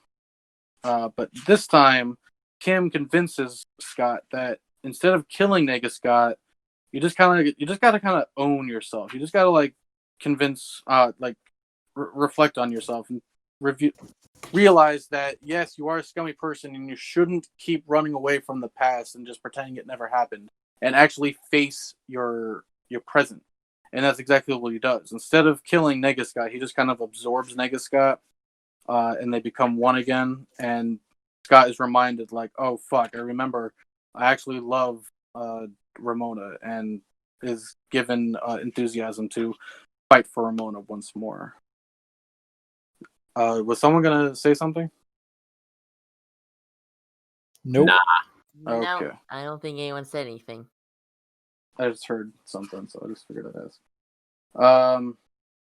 All right, so so now Scott is 110% ready to fight Gideon and win back Ramona at this point. And side note, like again, Ramona just kind of disappeared the last time we saw her. No one knows where she is, and so Scott just kind of assumes that Ramona went back to Gideon. So it's not only just like got to go fight the seventh Evil X to keep dating Ramona, but I also got to go fight the Evil X because he thinks that Gideon like has her like physically or something. Although that might be just the movie. I might be making that up. Never mind. Whatever. Yeah, it doesn't matter. Point is, no one knows where she is. That's the whole point. She's just gone. But he figures fighting Gideon would bring her back.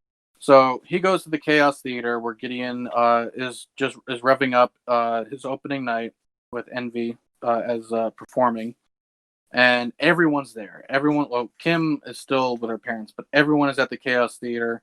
Wallace, Steven, Knives, Stacy, and why do I keep calling her Stacy? Julie. Everyone's there. Like I said before, whenever big shit happens, there's always like an audience to see it.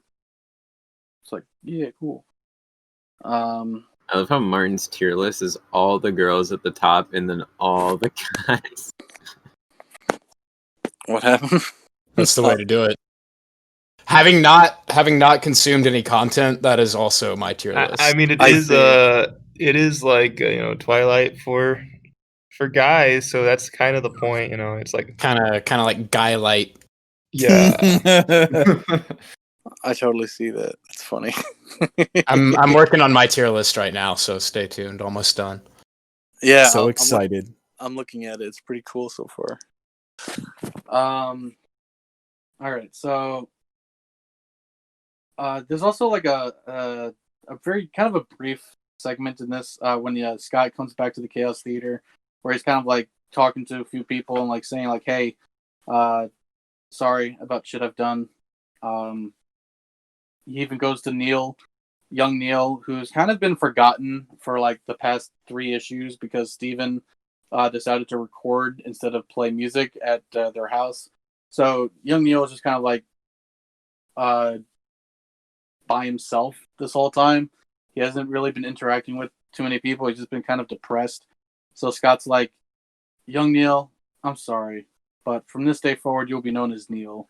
And young Neil, now formerly known as young Neil, is very happy, and he kind of comes back to life, and it's cute. It's like a cute little image. Envy Adams finally starts to play, and Gideon comes out and fights Scott. They're just having some banter. They find out, like they reveal to each other that neither one of them knows where Ramona is, and Gideon's kind of upset about it. And he actually pulls out Scott's power of love from his chest and kills him with it. Oh my god! What? What twist? Well, Does our he protagonist died. can die. And that's how the series ended. Mm. Yeah, because Gideon just has this way. He also has like subspace powers, so he's able to look into people's head, in this case chest, and he just ripped out this the very fragile love that Scott has. He's very sure of it, but it's like he doesn't have Ramona right now, so who knows? Anyone could just like come in and swoop her away, and that's kind of what Gideon does in like a metaphorical sense.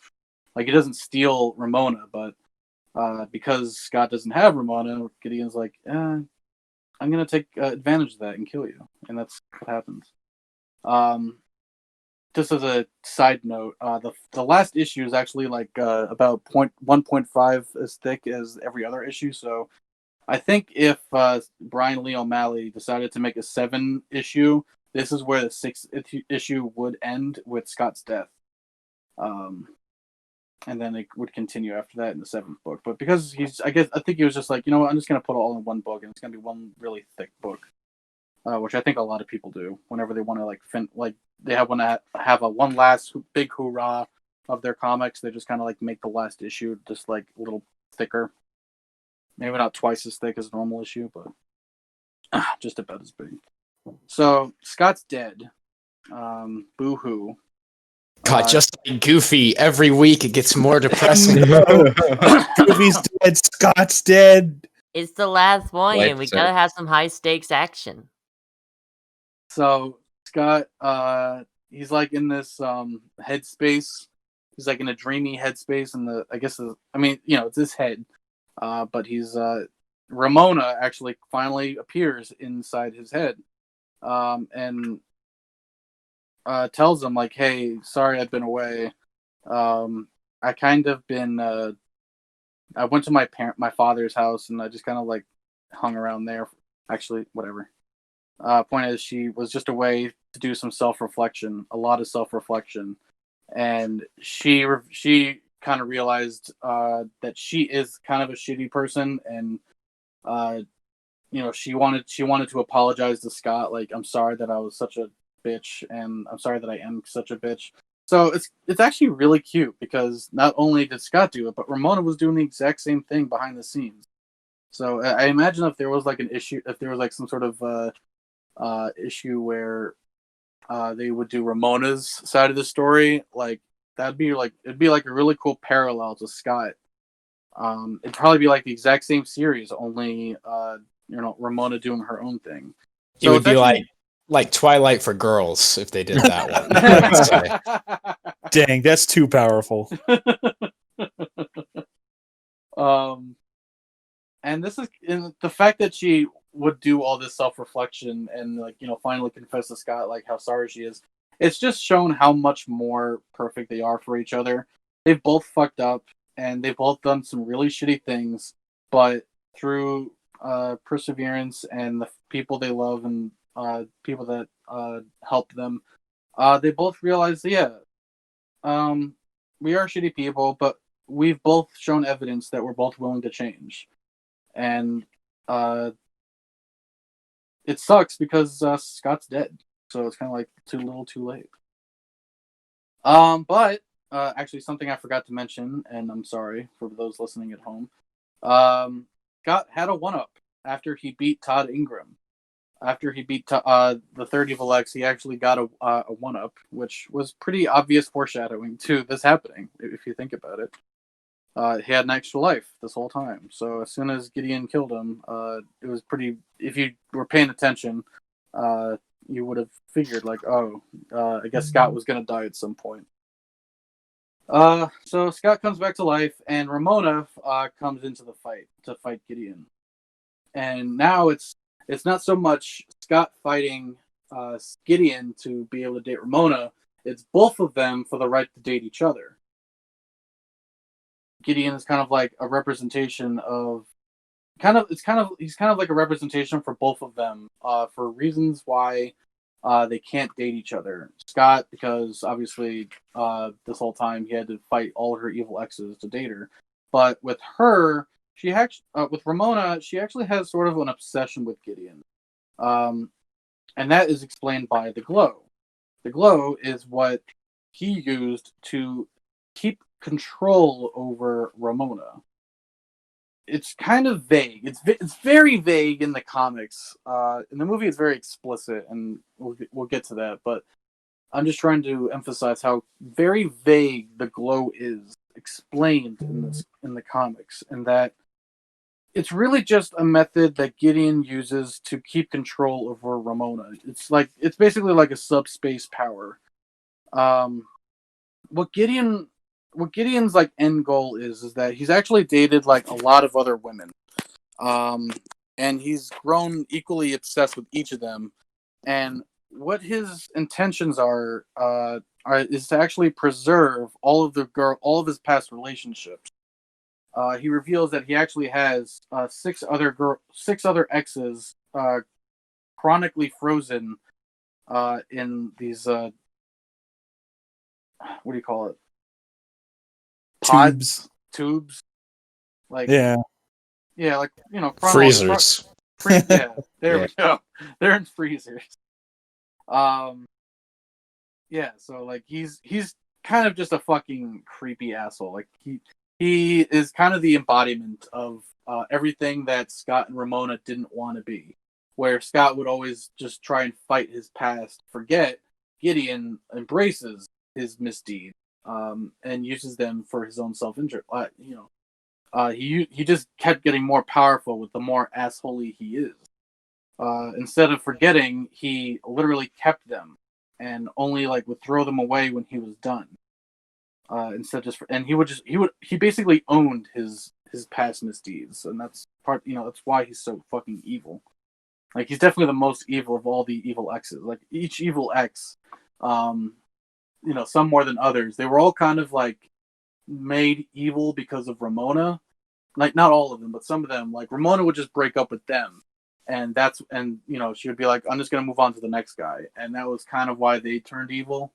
For example, Lucas Lee would not be turned into that corner. Like he was just kind of like, it sucks, but I didn't really care that much. Like.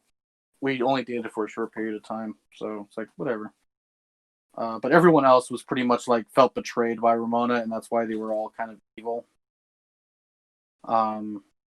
Hence the evil ex-boyfriend league. So Ramona and Scott are fighting Gideon. It's revealed that Gideon actually had some control over Scott's memory, so it was partially due to Scott's self-reluctance to take responsibility for himself, but it was partly also due to Gideon using his powers to keep Scott in check up until now. Kind of, it doesn't really defeat the whole point of Scott being self-reluctant, because he does fix that with himself. It's kind of like breaking his bond with Gideon too. Like Gideon loses control after Scott does his self-reflection period. So it works out pretty well.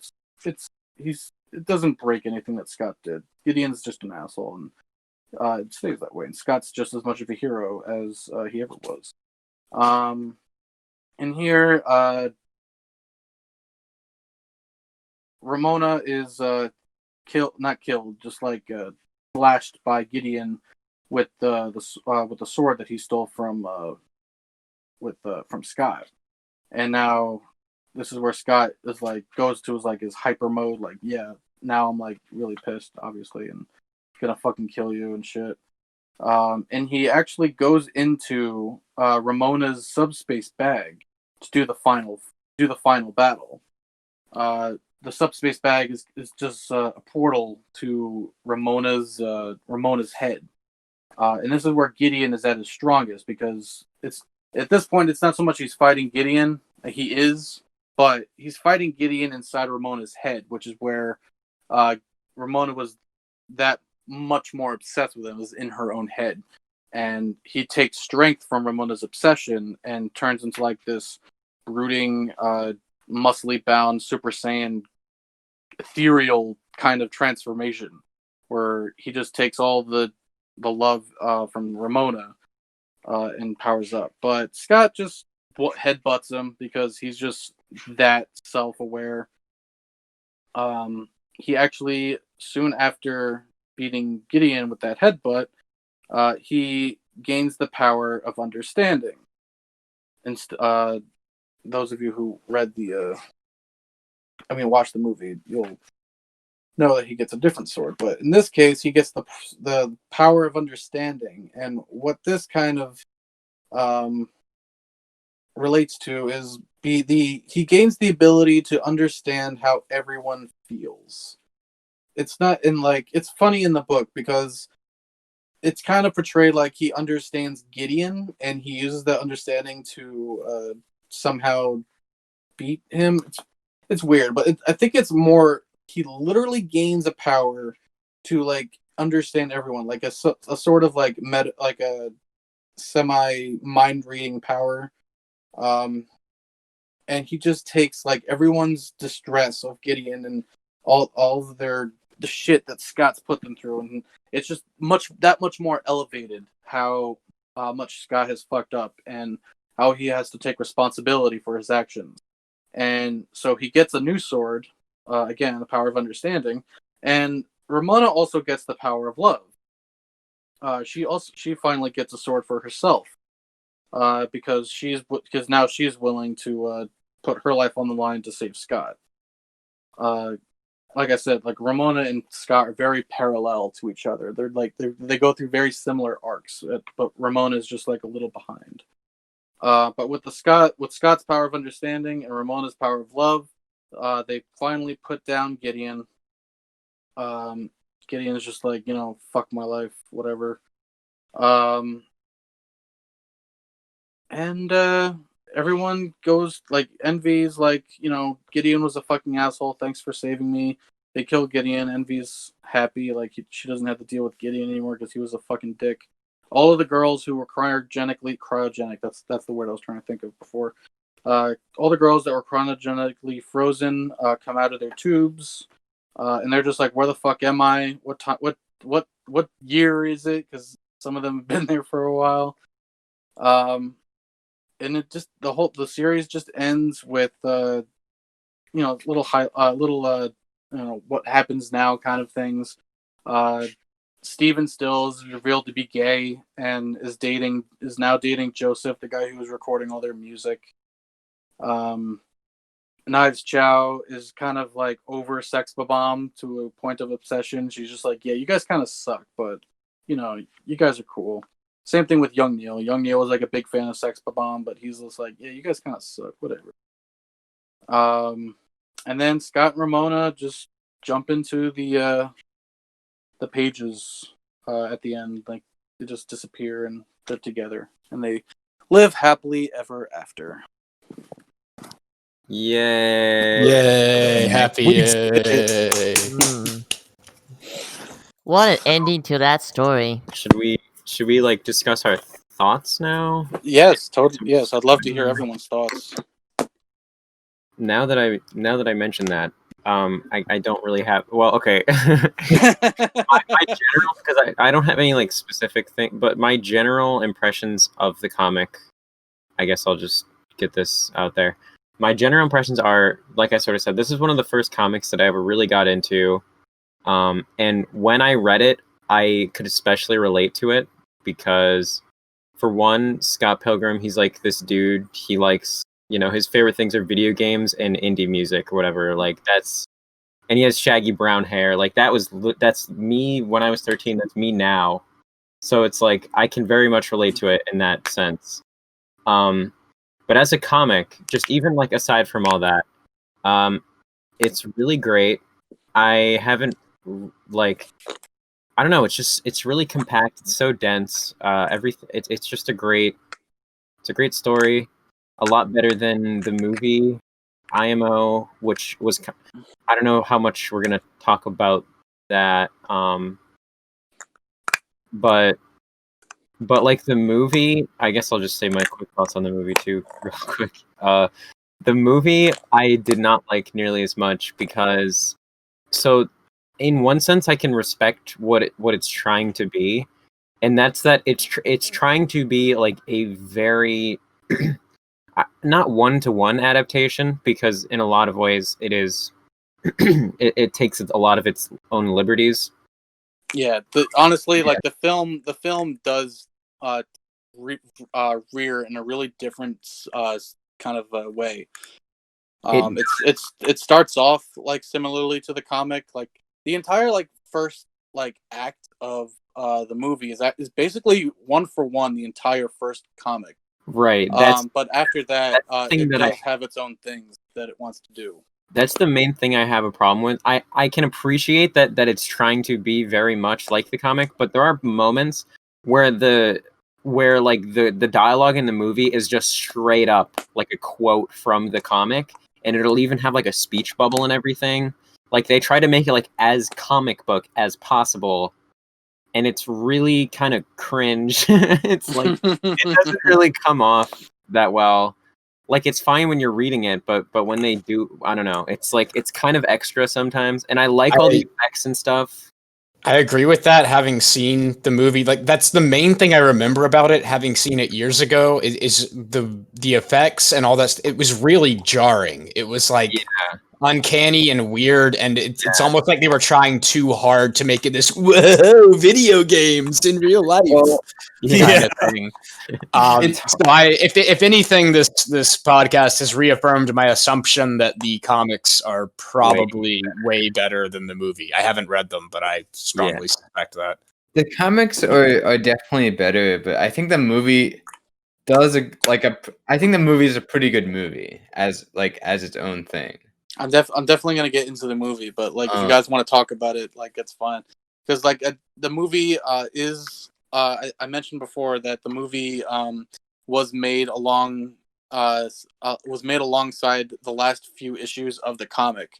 Brian Lee O'Malley and Edgar Wright were both like co-oping in development of the movie, and they exchanged ideas that like Brian Lee O'Malley, for instance, did have an idea of what he wanted to do in the comic, but instead of doing it in the comic, they did it in the movie. Just and something I think about that the ending. Cool that they do have that they are slightly varied in that way. I wish there was a little bit more of that. Like, I don't know. It like I'm kind of torn because if it didn't have all the effects and all like the video game stuff, like it wouldn't be that interesting of a movie. I feel like they could have taken a lot more of it. They could have taken it down a more serious approach, but then it's just another movie. Like I think it at least has identity. I think it just works a lot better as a comic. It definitely has identity, and it definitely, like, despite its the mood, like it's all video games and popular culture referencing kind of thing, it does have a very compelling story with very relatable characters, and I think that's part of the reason why the movie transcends people's thought conscious, something like that. I mean, the ultimate like hurdle that a adaptation movie needs to overcome is the fact that like it's like a 2-hour rendition of a like much longer narrative. Even though Scott Pilgrim is a relatively short like series, there's still like no way that it could possibly like adapt the exact arcs of all the characters. And so I was gonna say, what it seems like sorry, go ahead. Oh, okay. So what it definitely feels like it tries to do is it tries to like communicate some of like the core appeal of the comic into the movie, and I think it definitely succeeds, and is definitely one of like an adaptation movie that stands out and is better than a lot of like other like soulless novel or comic adaptation movies. Mm-hmm. Yeah, I would agree. Yeah, anyway. I was gonna say the movie. I think it does a pretty good job of like summarizing the story. Like it's pretty much like if you want to know, like just here's the gist of what happens, other than the ending being different, in just 2 hours. they did a pretty good job with that. Yeah. It seems like what it really misses, like what it really suffers from, is it doesn't have like enough time for like character development and fleshing things out. Like it's just not enough time. Yeah, I strongly agree with that. It felt very cramped. It felt like you just get thrown into this weird, wacky thing, and I'm like, wait, what? Why? Like, who? Why? What? Video games on screen? And why are we? Who? Like, I got what was going on. I just felt like it's just very. Don't have enough. They don't spend enough time to make me care about anybody. Yeah. Yeah. Because they don't have enough time. Before we get too much more into talking about the movie, because we'll definitely talk about like the different. I'm definitely going to talk about the differences in the movie compared to the comics.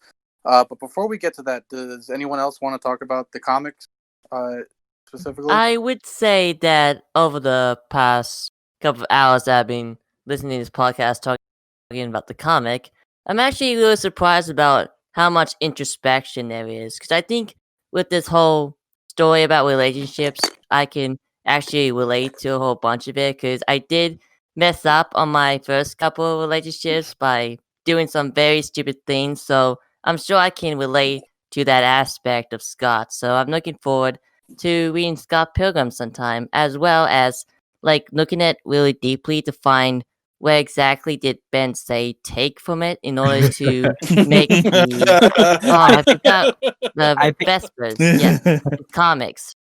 Like, now that I think about the art and the panels, they definitely have that same look. It's like, literally with the the art paint. style, like Yeah. it's the art. It's pretty like stylistically it's pretty influential comic too. To a lot of it's very simple, but like I feel like I was talking about it last night with a friend, and I really like some of the pictures of scenes where the camera in question would be kind of far away, and you see all the little detail of of something so far away. You can still make everything out. And when you compare that to close-ups, like facial close-ups and shit, it's like the faces are so simple. yeah. And the line work is so specific, and you can definitely like easily draw like pretty good iterations of all the characters' faces. But it just kind of goes to show how good the drawings are when you compare them to all the like faraway images and shit. Like Brian Lee O'Malley put a lot of work into the drawings. It's one of those things where like you can look up like Scott Pilgrim and then like any other franchise, and there will be like some deviant fan art of like characters in the Scott Pilgrim art style. Like, you know what I mean? Like its art style is definitely something that was particularly influential in that regard. Yeah, I mean, would you say that Scott Pilgrim, like you say, like Scott Pilgrim is a very influential comic? Besides Ben Sait's webcomics, how big of an influence has it been on the internet and generally millennials in particular? I mean, if you generally look at any modern like DC or Marvel comics, like I almost feel like Scott Pilgrim has kind of spearheaded the aesthetic of like kind of weird and quirky like detailed. It's hard. I'm no artist, so it's hard for me to describe like similarities in art, but you could and waves of comic art, but there's definitely influence in like a lot of modern comics like look very similar to Scott Pilgrim. Like, it's not going for realism. It still looks good. Like, we sent all these like meme pictures of like the "Do you have brain damage" thing. That like goes to show like that's like there's like a million different characters that are represented in this one style. And I know that's like a meme thing that happens, but it happens because something is distinct enough that it like you can draw infinite characters with this art style, and you would still look at those characters and be like, oh yeah, that's like the Scott Pilgrim thing, like the big beady eyes and his aesthetic takes away from I feel like both Japanese anime style and also cartoon. So Mhm. I feel like in that regard, it's very relatable to anyone. If Which- if you're Japanese, you see the similarities, and if you're anything else, like you'll see, oh, it looks like a regular cartoon. Which, by the way, so I should have mentioned this at the beginning, but I forgot. So there are actually Scott Pilgrim is actually somewhat relevant right now for two reasons. So supposedly they're going to be so it's like the 10th year anniversary. So they're supposedly going to be re-screening the show or the movie in theaters. So that's pretty cool. Wait, what theaters? Because of COVID? What? Yeah, that's a little scary. Actually, yeah, I don't know. Like when did I mean, when, theaters when are did you hear about reopening. that? AMC's reopening for some reason. I don't know. Well, Fauci's Some are. telling everybody not to now that the cases are spiking every single Yeah. day. Well, But They're just can gonna keep refer to denying this it. I'm not positive on this. I'm not because this was also in May. it's I not just realized, but it's not important, but yeah, go on. but the other thing that is bigger than that is that supposedly here, let me try and find an article on this as well. So supposedly there like somebody's considering making a quote unquote anime. This is even more reason. I don't know what that means. I don't know if it's like I don't know if that's it's like an American cartoon and they're just calling it anime because of the art style, or if it would be like an actual Japanese thing. But interesting nonetheless. There is actually, I think this is like an official project. There is like it's only like 2 minutes long or something, but there is like a 2 minute or so like animation of Scott Pilgrim. Oh yeah, there's an Adult Swim yeah, that's what I short was animated thing. So I think putting it into, if they had like an animated series of the show, that would basically be like full circle. Like they have a movie, they have a comic book, they have a game, and they have an animation. Like that would be it. Like you would have completed the series. Like I would say as it is now, it's like it's pretty complete, but that would be really cool if they had an animation for it. If they had an animation, it would definitely make it feel more alive. Yeah. Like it's based off of like animation, and the fact that they made a live action movie is just kind of like, it seems like you're kind of skipping a step, but either way. But I guess that's mostly what I have to say about that. I'm just also if you're gonna go through like the movie differences and stuff, we've been going for a while, so just I definitely don't plan on going much longer. Like I'm not gonna like go through the entire movie. I'm just really gonna talk about some certain highlights. Like that's fine. I'm just saying because I also want to talk about the game a bit as well. Oh yeah, no, I'm gonna talk about the game too. Yeah. So we shouldn't be that much. I don't think I have that much more to say. I really just want to like listen to what everyone else was saying since I've been talking so much. So if no one else has anything else to say about the comic, we can get straight to the movie. Let's do it. All right. So, movie directed by Edgar Wright. Once again, it was made around the same time that the final book was being finished. Edgar Wright, director, mostly well known for directing Shaun of the Dead, as well as more recently in 2017 he did Baby Driver. That was also pretty popular. Well, not only did he do Shaun of the Dead, he directed the entire Cornetto trilogy, right? Which includes that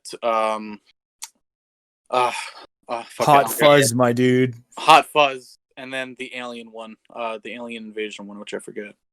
Edgar Wright is pretty stylistically.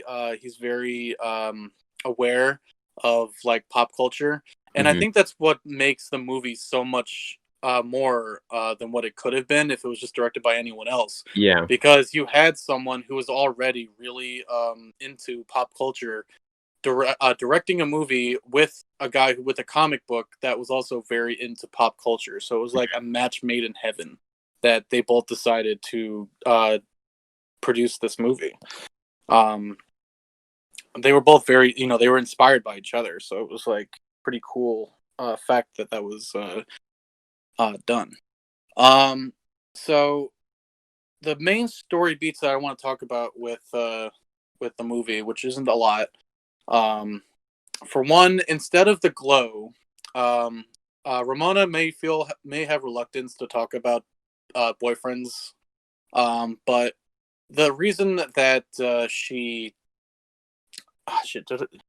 I haven't thought about this too much. I don't know if I should go in a certain order. Nah, fuck it. I'll just go however. She has a chip in the back of her neck that Gideon put there that keeps her under his control. And that's why That's so weird. yeah, instead of her like trying to like self-reflect like in the comics, she's actually just a victim of circumstance. And Gideon is like he's definitely much more malicious in the movie than he is in the comics.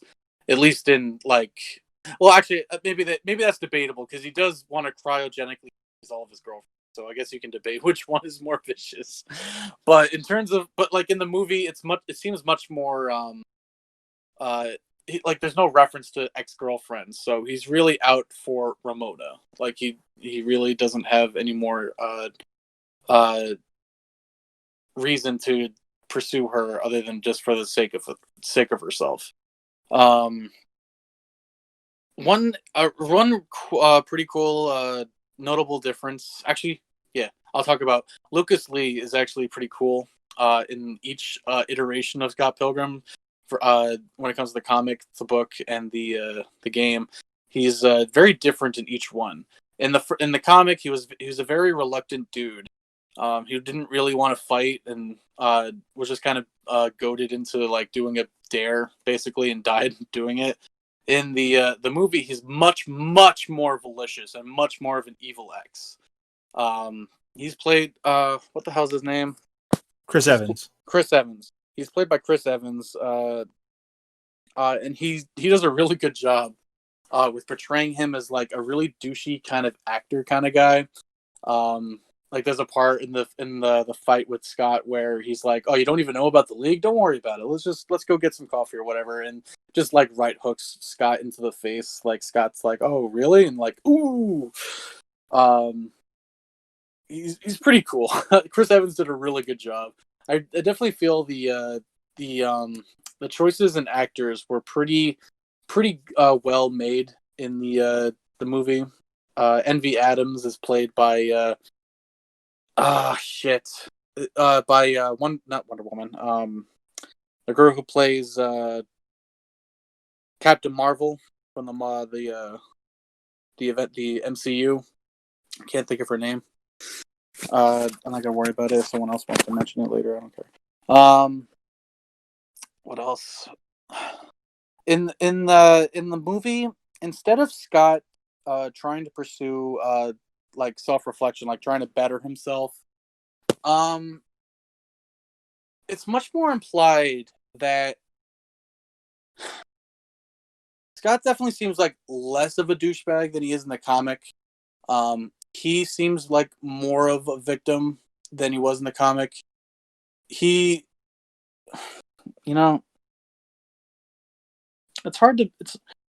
was just thinking about it yesterday. Now I can't think of it. Is the movie more of a like hero story as opposed to a self-improvement story? It's kind of the vibe I'm getting. Wait, repeat that?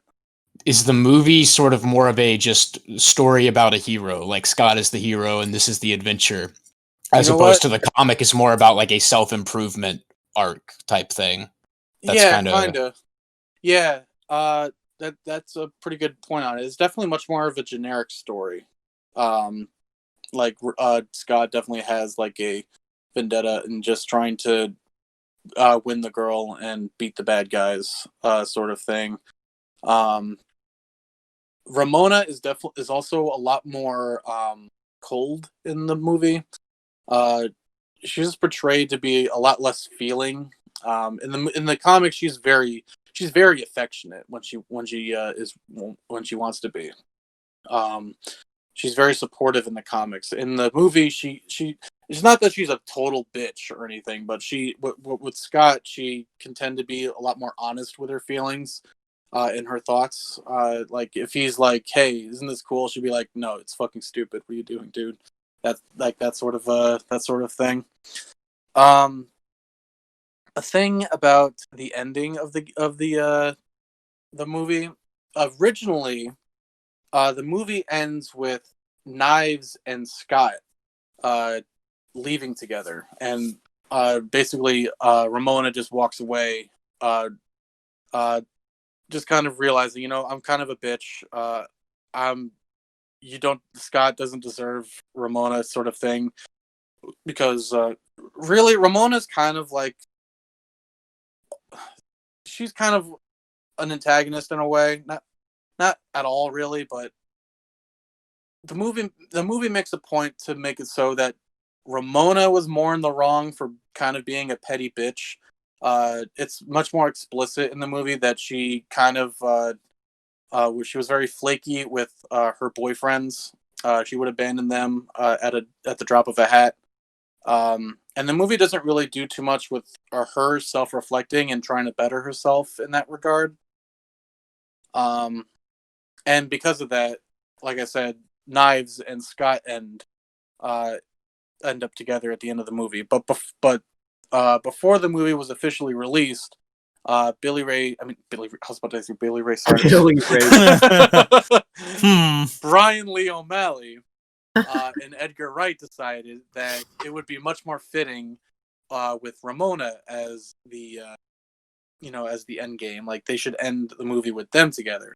And that actually raised contention with fans, because not just with fans of the comics, but fans of the movie especially. I think it's safe to say more people have watched the movie than they've read the comic. Yeah, pretty evident in this podcast. And people who are fans of the movie really thought like, Knives and Scott definitely. I mean, it's definitely safe to say that Scott didn't deserve Knives, but Knives was so obsessed with him up until the end of the movie anyway. So it's like, you know, let's just throw Knives a bone and give her what she wants, kind of thing. And that's what I feel like a lot of fans of the movie felt. Like, Knives definitely was a victim in this whole movie. And Scott did little to nothing until the end of the movie to really benefit her, like to make her feel good. Like, Knives was just kind of like was kind of portrayed as like a creepy, obsessed fan throughout the movie after they break up. But she was also very innocent. She's definitely the most innocent in the movie, and definitely deserved a happy ending. And I think that's why people were like, you know, let's have Knives get Scott instead of Ramona. Which I'm kind of like on the fence about. Like, either way, I think it's fine. Pretty big change. Pretty big change. It's debatable on which one you'd like more. I don't really care either way. If you can actually watch deleted scenes, and they do have they fuck recorded. They do have recordings of both endings, so you can see either one to your preference. That's interesting. Other than that, a lot of the other characters don't get nearly as much development as they do in the comics, especially Envy Adams, who in the movie she's really just played out as an antagonist, unsympathetic. She broke up with Scott, and it was a big deal, and Scott was ruined by it, and she was just kind of, you know, whatever, like, you're just some other guy. And then she started dating Todd, where, you know, in the comics she was much more sympathetic, because she was definitely a victim. Like, I mean, her boyfriend cheated on her, and then another boyfriend was just possessed her, basically, like, forced, you know, Gideon was just a general asshole to Envy through the final act of the comic. But in the movie, she really is just kind of portrayed as an antagonist, and doesn't really get too much sympathy. Kim Pines, it's only like briefly mentioned that she dated Scott at all, which is like, whatever. If you were like a fan of Kim and Scott, it'd probably be like, oh, I wanted to see that. I like them together. Something like, I don't know who would think that, but you could be disappointed. I'm thinking, is there anything else worth mentioning? Oh, okay. One thing that the the introduction of Matthew Patel in the movie, I think, is one of the best movie adaptation moments of the movie. Like, whereas, you know, you could argue whether or not the movie did a worse job or better job than the comic. I think the introduction of Matthew Patel in the movie was much more well done, because they're actually, instead of in the comic where they're like talking to each other while fighting, and it just seems sort of like weird. Like, they're like talking like normal people, but they're fighting at the same time. But where in the movie they actually, like, Matthew Patel actually establishes himself like as a significant character. You know, he's the first Evil X, and he introduces like the whole concept of the series, or of the movie. So that's one thing that I definitely feel like the movie did a lot better than the comic. Because honestly, the thing with the first comic, it's really good, but after, or just before, no, okay, right after Scott and Ramona, you know, leave her house after having that night of passion or whatever, and it gets to the rocket where they play at the band. That's where I feel like Ryan kind of puts the fast forward button onto the on finishing the first book, because it kind of just goes by really quick once they're at the rocket, you know, the concert hall. But in the movie, they actually give time to all the to Matthew Patel and the whole concept of the movie, which I think they did a really good job. Other than that, is there any other story beats worth mentioning? The ending not really. fight's a little different. The ending fight, oh, okay, you're right. Instead of Scott getting this power of understanding, in the movie he gets the power of I just said it in my head, Respect. self-respect, yes. And yeah, you know what, now, okay, that actually brings up the moral quandary of the movie, where instead of the comic where he was doing some self-reflection on how much of an asshole he is, in the movie, Scott seems much more down on himself just for the sake of it, because I guess they kind of portrayed him to be kind of like a loser, like much more of a loser, dummy-dumb, that didn't have a lot going for him. But, and like the fact that you couldn't keep Ramona, because, you know, she's just like so upset, or Gideon just had her on a leash. He was much more willing to down himself, and that was kind of a big thing in the movie. There were multiple occasions where Scott just couldn't get over his feelings, and whatnot, and it just points out like how much how much of an asshole he isn't, because he really is just a nice guy in the movie, and much more than he is in the comic.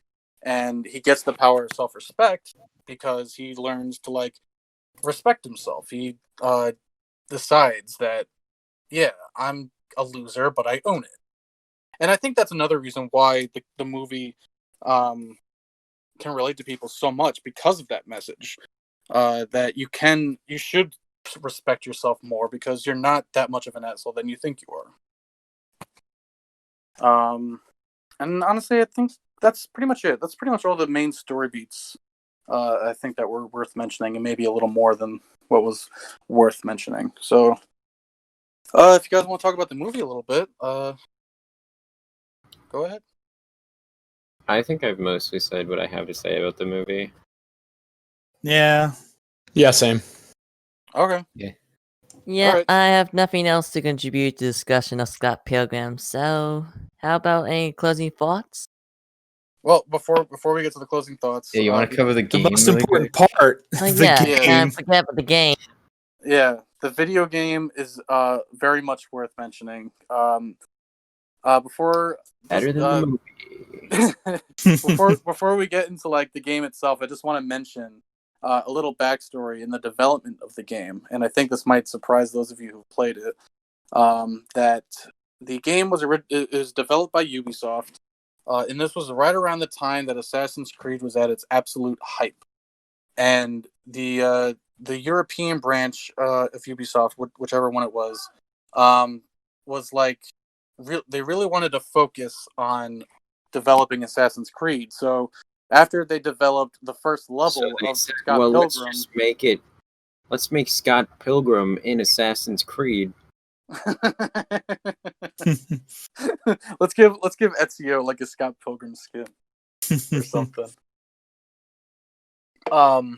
But because they wanted to develop Assassin's Creed, they gave the Scott Pilgrim project to a Chinese branch, and Known as Chengdu.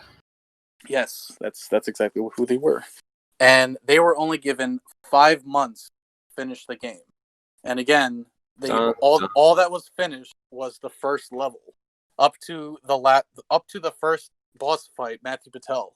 That was all that they had to work with, and they had to finish everything else in 5 months. And this was like right around the time that the movie was coming out. Basically, 2010 was a great year, like in terms of, like, I mean, it was the last year for Scott Pilgrim. Like, I think that's when everything came out. The game came out like the same day as the movie. It was sort of like a cross promotional thing. Mm-hmm. Yeah, even at the end of, even in the credits of the movie, like you can see the Scott Pilgrim sprite from the video game actually like beating down the end logo. So we should probably introduce the game a little better. So yeah, like you said, it was released, like we said, it was basically around the same time as the movie. Developed by Ubisoft, and it is well, first of all, it's notoriously known nowadays as the best game that you can no longer play. Yes, because it was delisted from both PSN and Xbox Live. So if you don't have the game downloaded on your console right now, you cannot play it. Thankfully, I've had it downloaded on my Xbox. It's like 2013 or something. But same here. I have it on my PS3. Yeah, so it's a shame because it's a great game. Despite its like short development period, they actually did a really great job. Yeah, so it's a 2D beat 'em up. Like I was saying, so it's pretty much directly inspired by River City Ransom, which is an NES game, which like so specifically like the shop thing that is pulled straight out of River City Ransom. A big part of those games is, well, I was showing some pictures earlier, but basically the series in Japan is called Kunio-kun, and it's like this whole series of like beat 'em ups and a lot of sports games and stuff. But basically, one of the main, and River City Ransom is one of the few Kunio-kun games that did get released outside of Japan, and that's, again, it's known as, that's what its title is in America, is River City Ransom.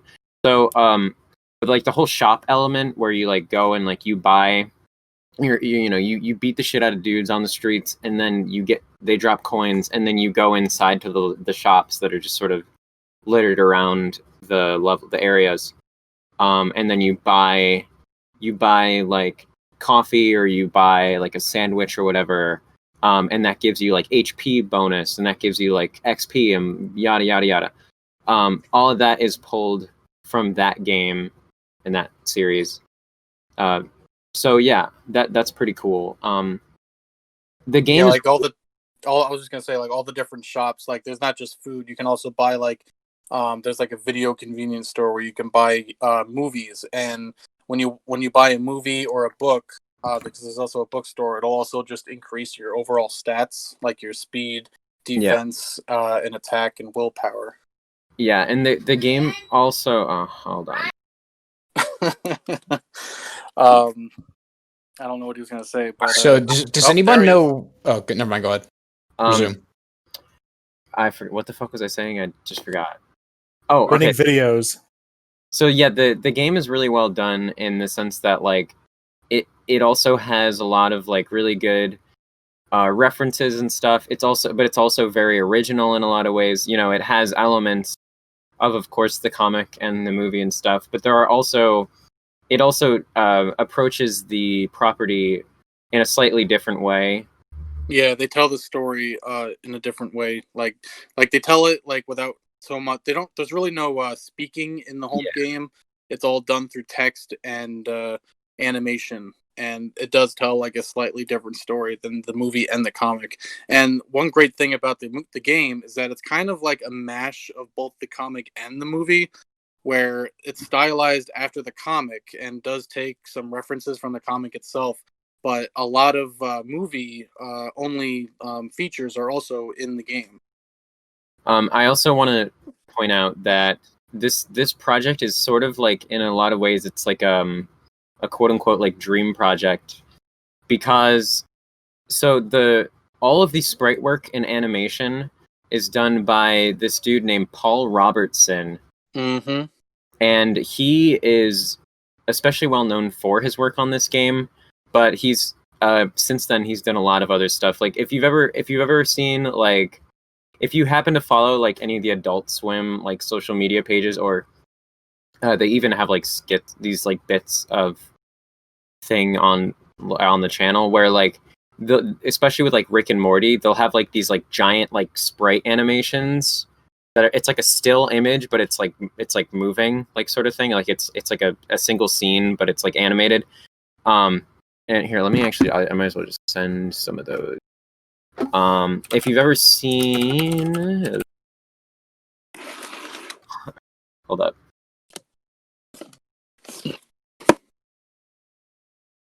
So yeah, that's the one part of it. And then the other part is that the music in the game is done by a very significant chiptune band known as Anamanaguchi, and they do excellent work.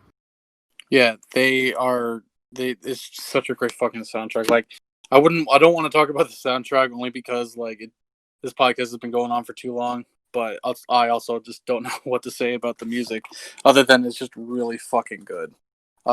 Each level, there's like different songs for like each level. Almost every boss has like their own unique boss theme. And like in each level, it's like there's like so many different levels. Like the first one starts out in like the road, like just Toronto, like the town. You're just like running through the town of Toronto. In the second level, you're running through a movie set where there's people in costumes. And everyone's filming. The third level is the concert hall where Clash of Demon Head was playing. Fourth level is like a ninja inspired level where you're fighting through like a restaurant, like a garden, and a bus, a subway. And then the fifth is the Halloween party from the comic, and you fight robots in a giant robot mini boss fight just before you fight the twins. And then you fight through a forest, which is also from the comic. That's where you fight Negascott. And then you fight your way through the Chaos Theater in the last level. And every single level has its own has like one or two or three like unique songs for each segment of each level. So there's like over 20, maybe almost 30 songs for the soundtrack itself, and each one is like so fucking catchy and memorable. You should definitely listen to it. Yeah, so like we said though, the main thing about the game, unfortunately, is that has been delisted, so you can't really play it now. But there are supposedly ways that you can emulate the game, which I'm curious if anyone in here tried to do. Not yet, but I did not, but I trust Amebin. That he is 13 years old. I think we can trust him. Yeah. I did have a question about that though. Does anyone know why the game was delisted? Why there's not a means of being able to play it anymore? Why is that? The only rumor, I think it's only a rumor, that it was a licensing issue. Yeah, it was something. Yeah, it's something to do with Universal Studios. Yeah. Yeah, because they own the rights to. I guess they own like some sort of rights of Scott Pilgrim, maybe like.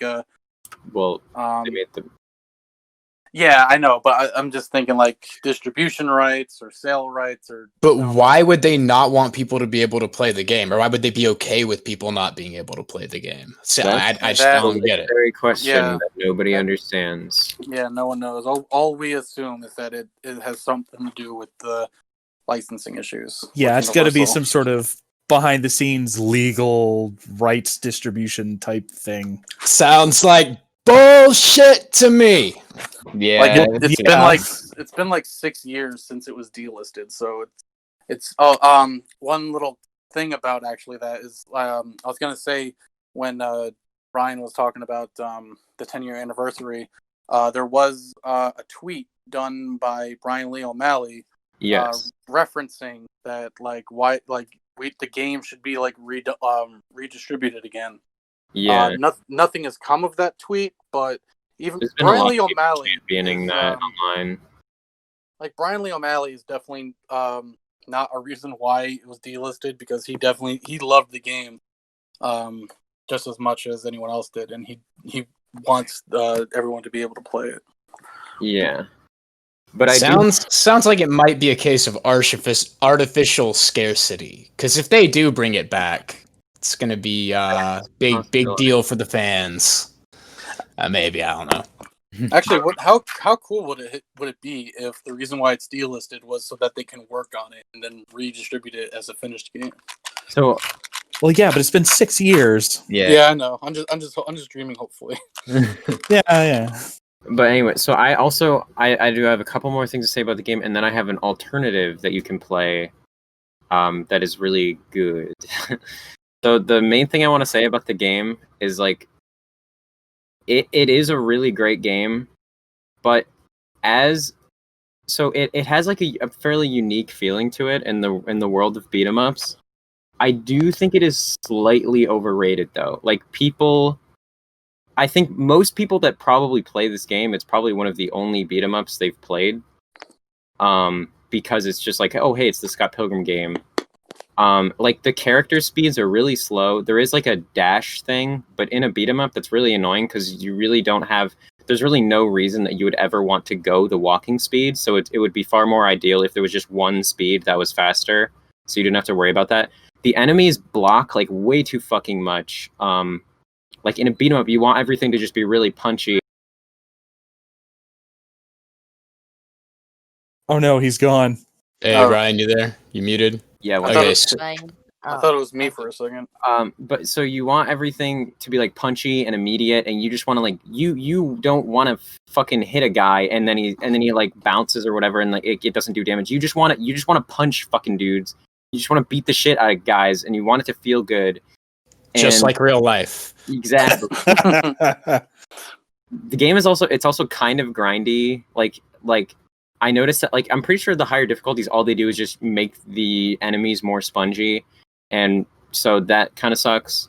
My suggestion is, well, okay, so I know most people probably just want to play this game because it's a Scott Pilgrim game, and the fact that it's a beat 'em up is kind of the lesser aspect of it. But if you just want to play a game that is like this game that doesn't have Scott Pilgrim stuff in it, I would highly recommend Phantom Breaker Battlegrounds. This is a game that you can get on Steam. I think it's also I don't know if it would still be available on like PS3 maybe, but I know it's also on the Switch as well now. You can probably find it for pretty cheap during like Steam sales and stuff. But essentially, it is a 2D beat 'em up in like the same sort of vein as Scott Pilgrim. It actually took a lot of influence from Scott Pilgrim. But it was developed by some dudes who are like pretty significant in the beat 'em up industry. So it's pretty great. It's got like fighting game inputs and stuff. If anyone's ever heard of Guardian Heroes, which is like a Sega Saturn game, in my opinion, one of the best beat 'em ups ever made. It is directed, or its main producer or something is the director of that game. So yeah, I just want to let people know that game exists. And if you just want to play a beat 'em up at all, because this isn't necessarily the greatest beat 'em up, but it's just very similar to Scott Pilgrim. I mean, it is a pretty great game, but if you just want to play a beat 'em up at all, my recommendation, if you've never played a beat 'em up ever and it looks cool to you, just download a fucking Sega Genesis emulator and play Streets of Rage 2, because that's free and it's also the best beat 'em up ever made. And also Alien vs Predator, the Capcom game, that's also like one of the best, but that's a little bit harder to emulate because you have to use MAME, and that's kind of annoying. Anyways, that's my beat 'em up spiel. That's cool. Such a Um, fascinating art style. It looks really good. I It's was going to amazing. mention another option for a beat 'em up that is very similar to Scott Pilgrim is also you mentioned what was that game? River City what? Ransom. Ransom. I never played that one, but supposedly Way Forward just recently developed a game called River City Girls, which I hear Yep. is like a sequel to that, and it is also extremely similar to Scott Pilgrim in that it's a beat 'em up. It's two-dimensional sprites, and there's also shops where you can buy stuff to make your character stronger. Hmm. And I've played it since PAX. I haven't played it recently, but back in February, that's when I first bought it, and I played through most of it. And I feel like it's definitely more of a complete game. It's definitely longer than Scott Pilgrim. A little harder too, but it definitely has a very similar tone in that it's like anime reference. Like the characters are like Kyoko and May, I think. And actually, shit, I'm actually just realizing how much more similar it is to Scott Pilgrim. That the whole point of that game is to rescue your boyfriends. So it's like a funny little like reference, like oh, you're fighting for your boyfriends, your significant other. But yeah, that game is pretty good. You get special attacks that require very simple inputs, and you get to shop like for food and accessories. You can use items when you fight to take less damage or do more damage and whatnot. I would recommend that, and I'm actually thinking about playing that right now. And that is also like that's like an entire series. So there's like a bunch of those games if you really want to look into them. Okay, I didn't know that. Yeah, I don't think they're as good like to play now, but they like especially the earlier ones are like fundamental beat 'em ups. Like they are some of the most important ones ever made. Yeah, But yeah. yeah. Anywho, do we have anything else to say? I'm just no, I'm done. For Like, a long No. time. It's been like 3 hours. wow. Okay. Yep. It's It went a amazing lot shorter that in we my got head. through the 2000s. Now we're here. We have arrived. All right. Well, if no one's got anything else to say, this was Son of Marowak hosting a Scott Pilgrim like mini lecture, I guess. I don't know. Hope you Many. guys whatever. Main lecture. Mini. Yeah. Son of Marowak, thanks for listening. Peace out, All guys. right, bye everybody. Yeah, bye. Bye. See you Bye. in the next time. Bye.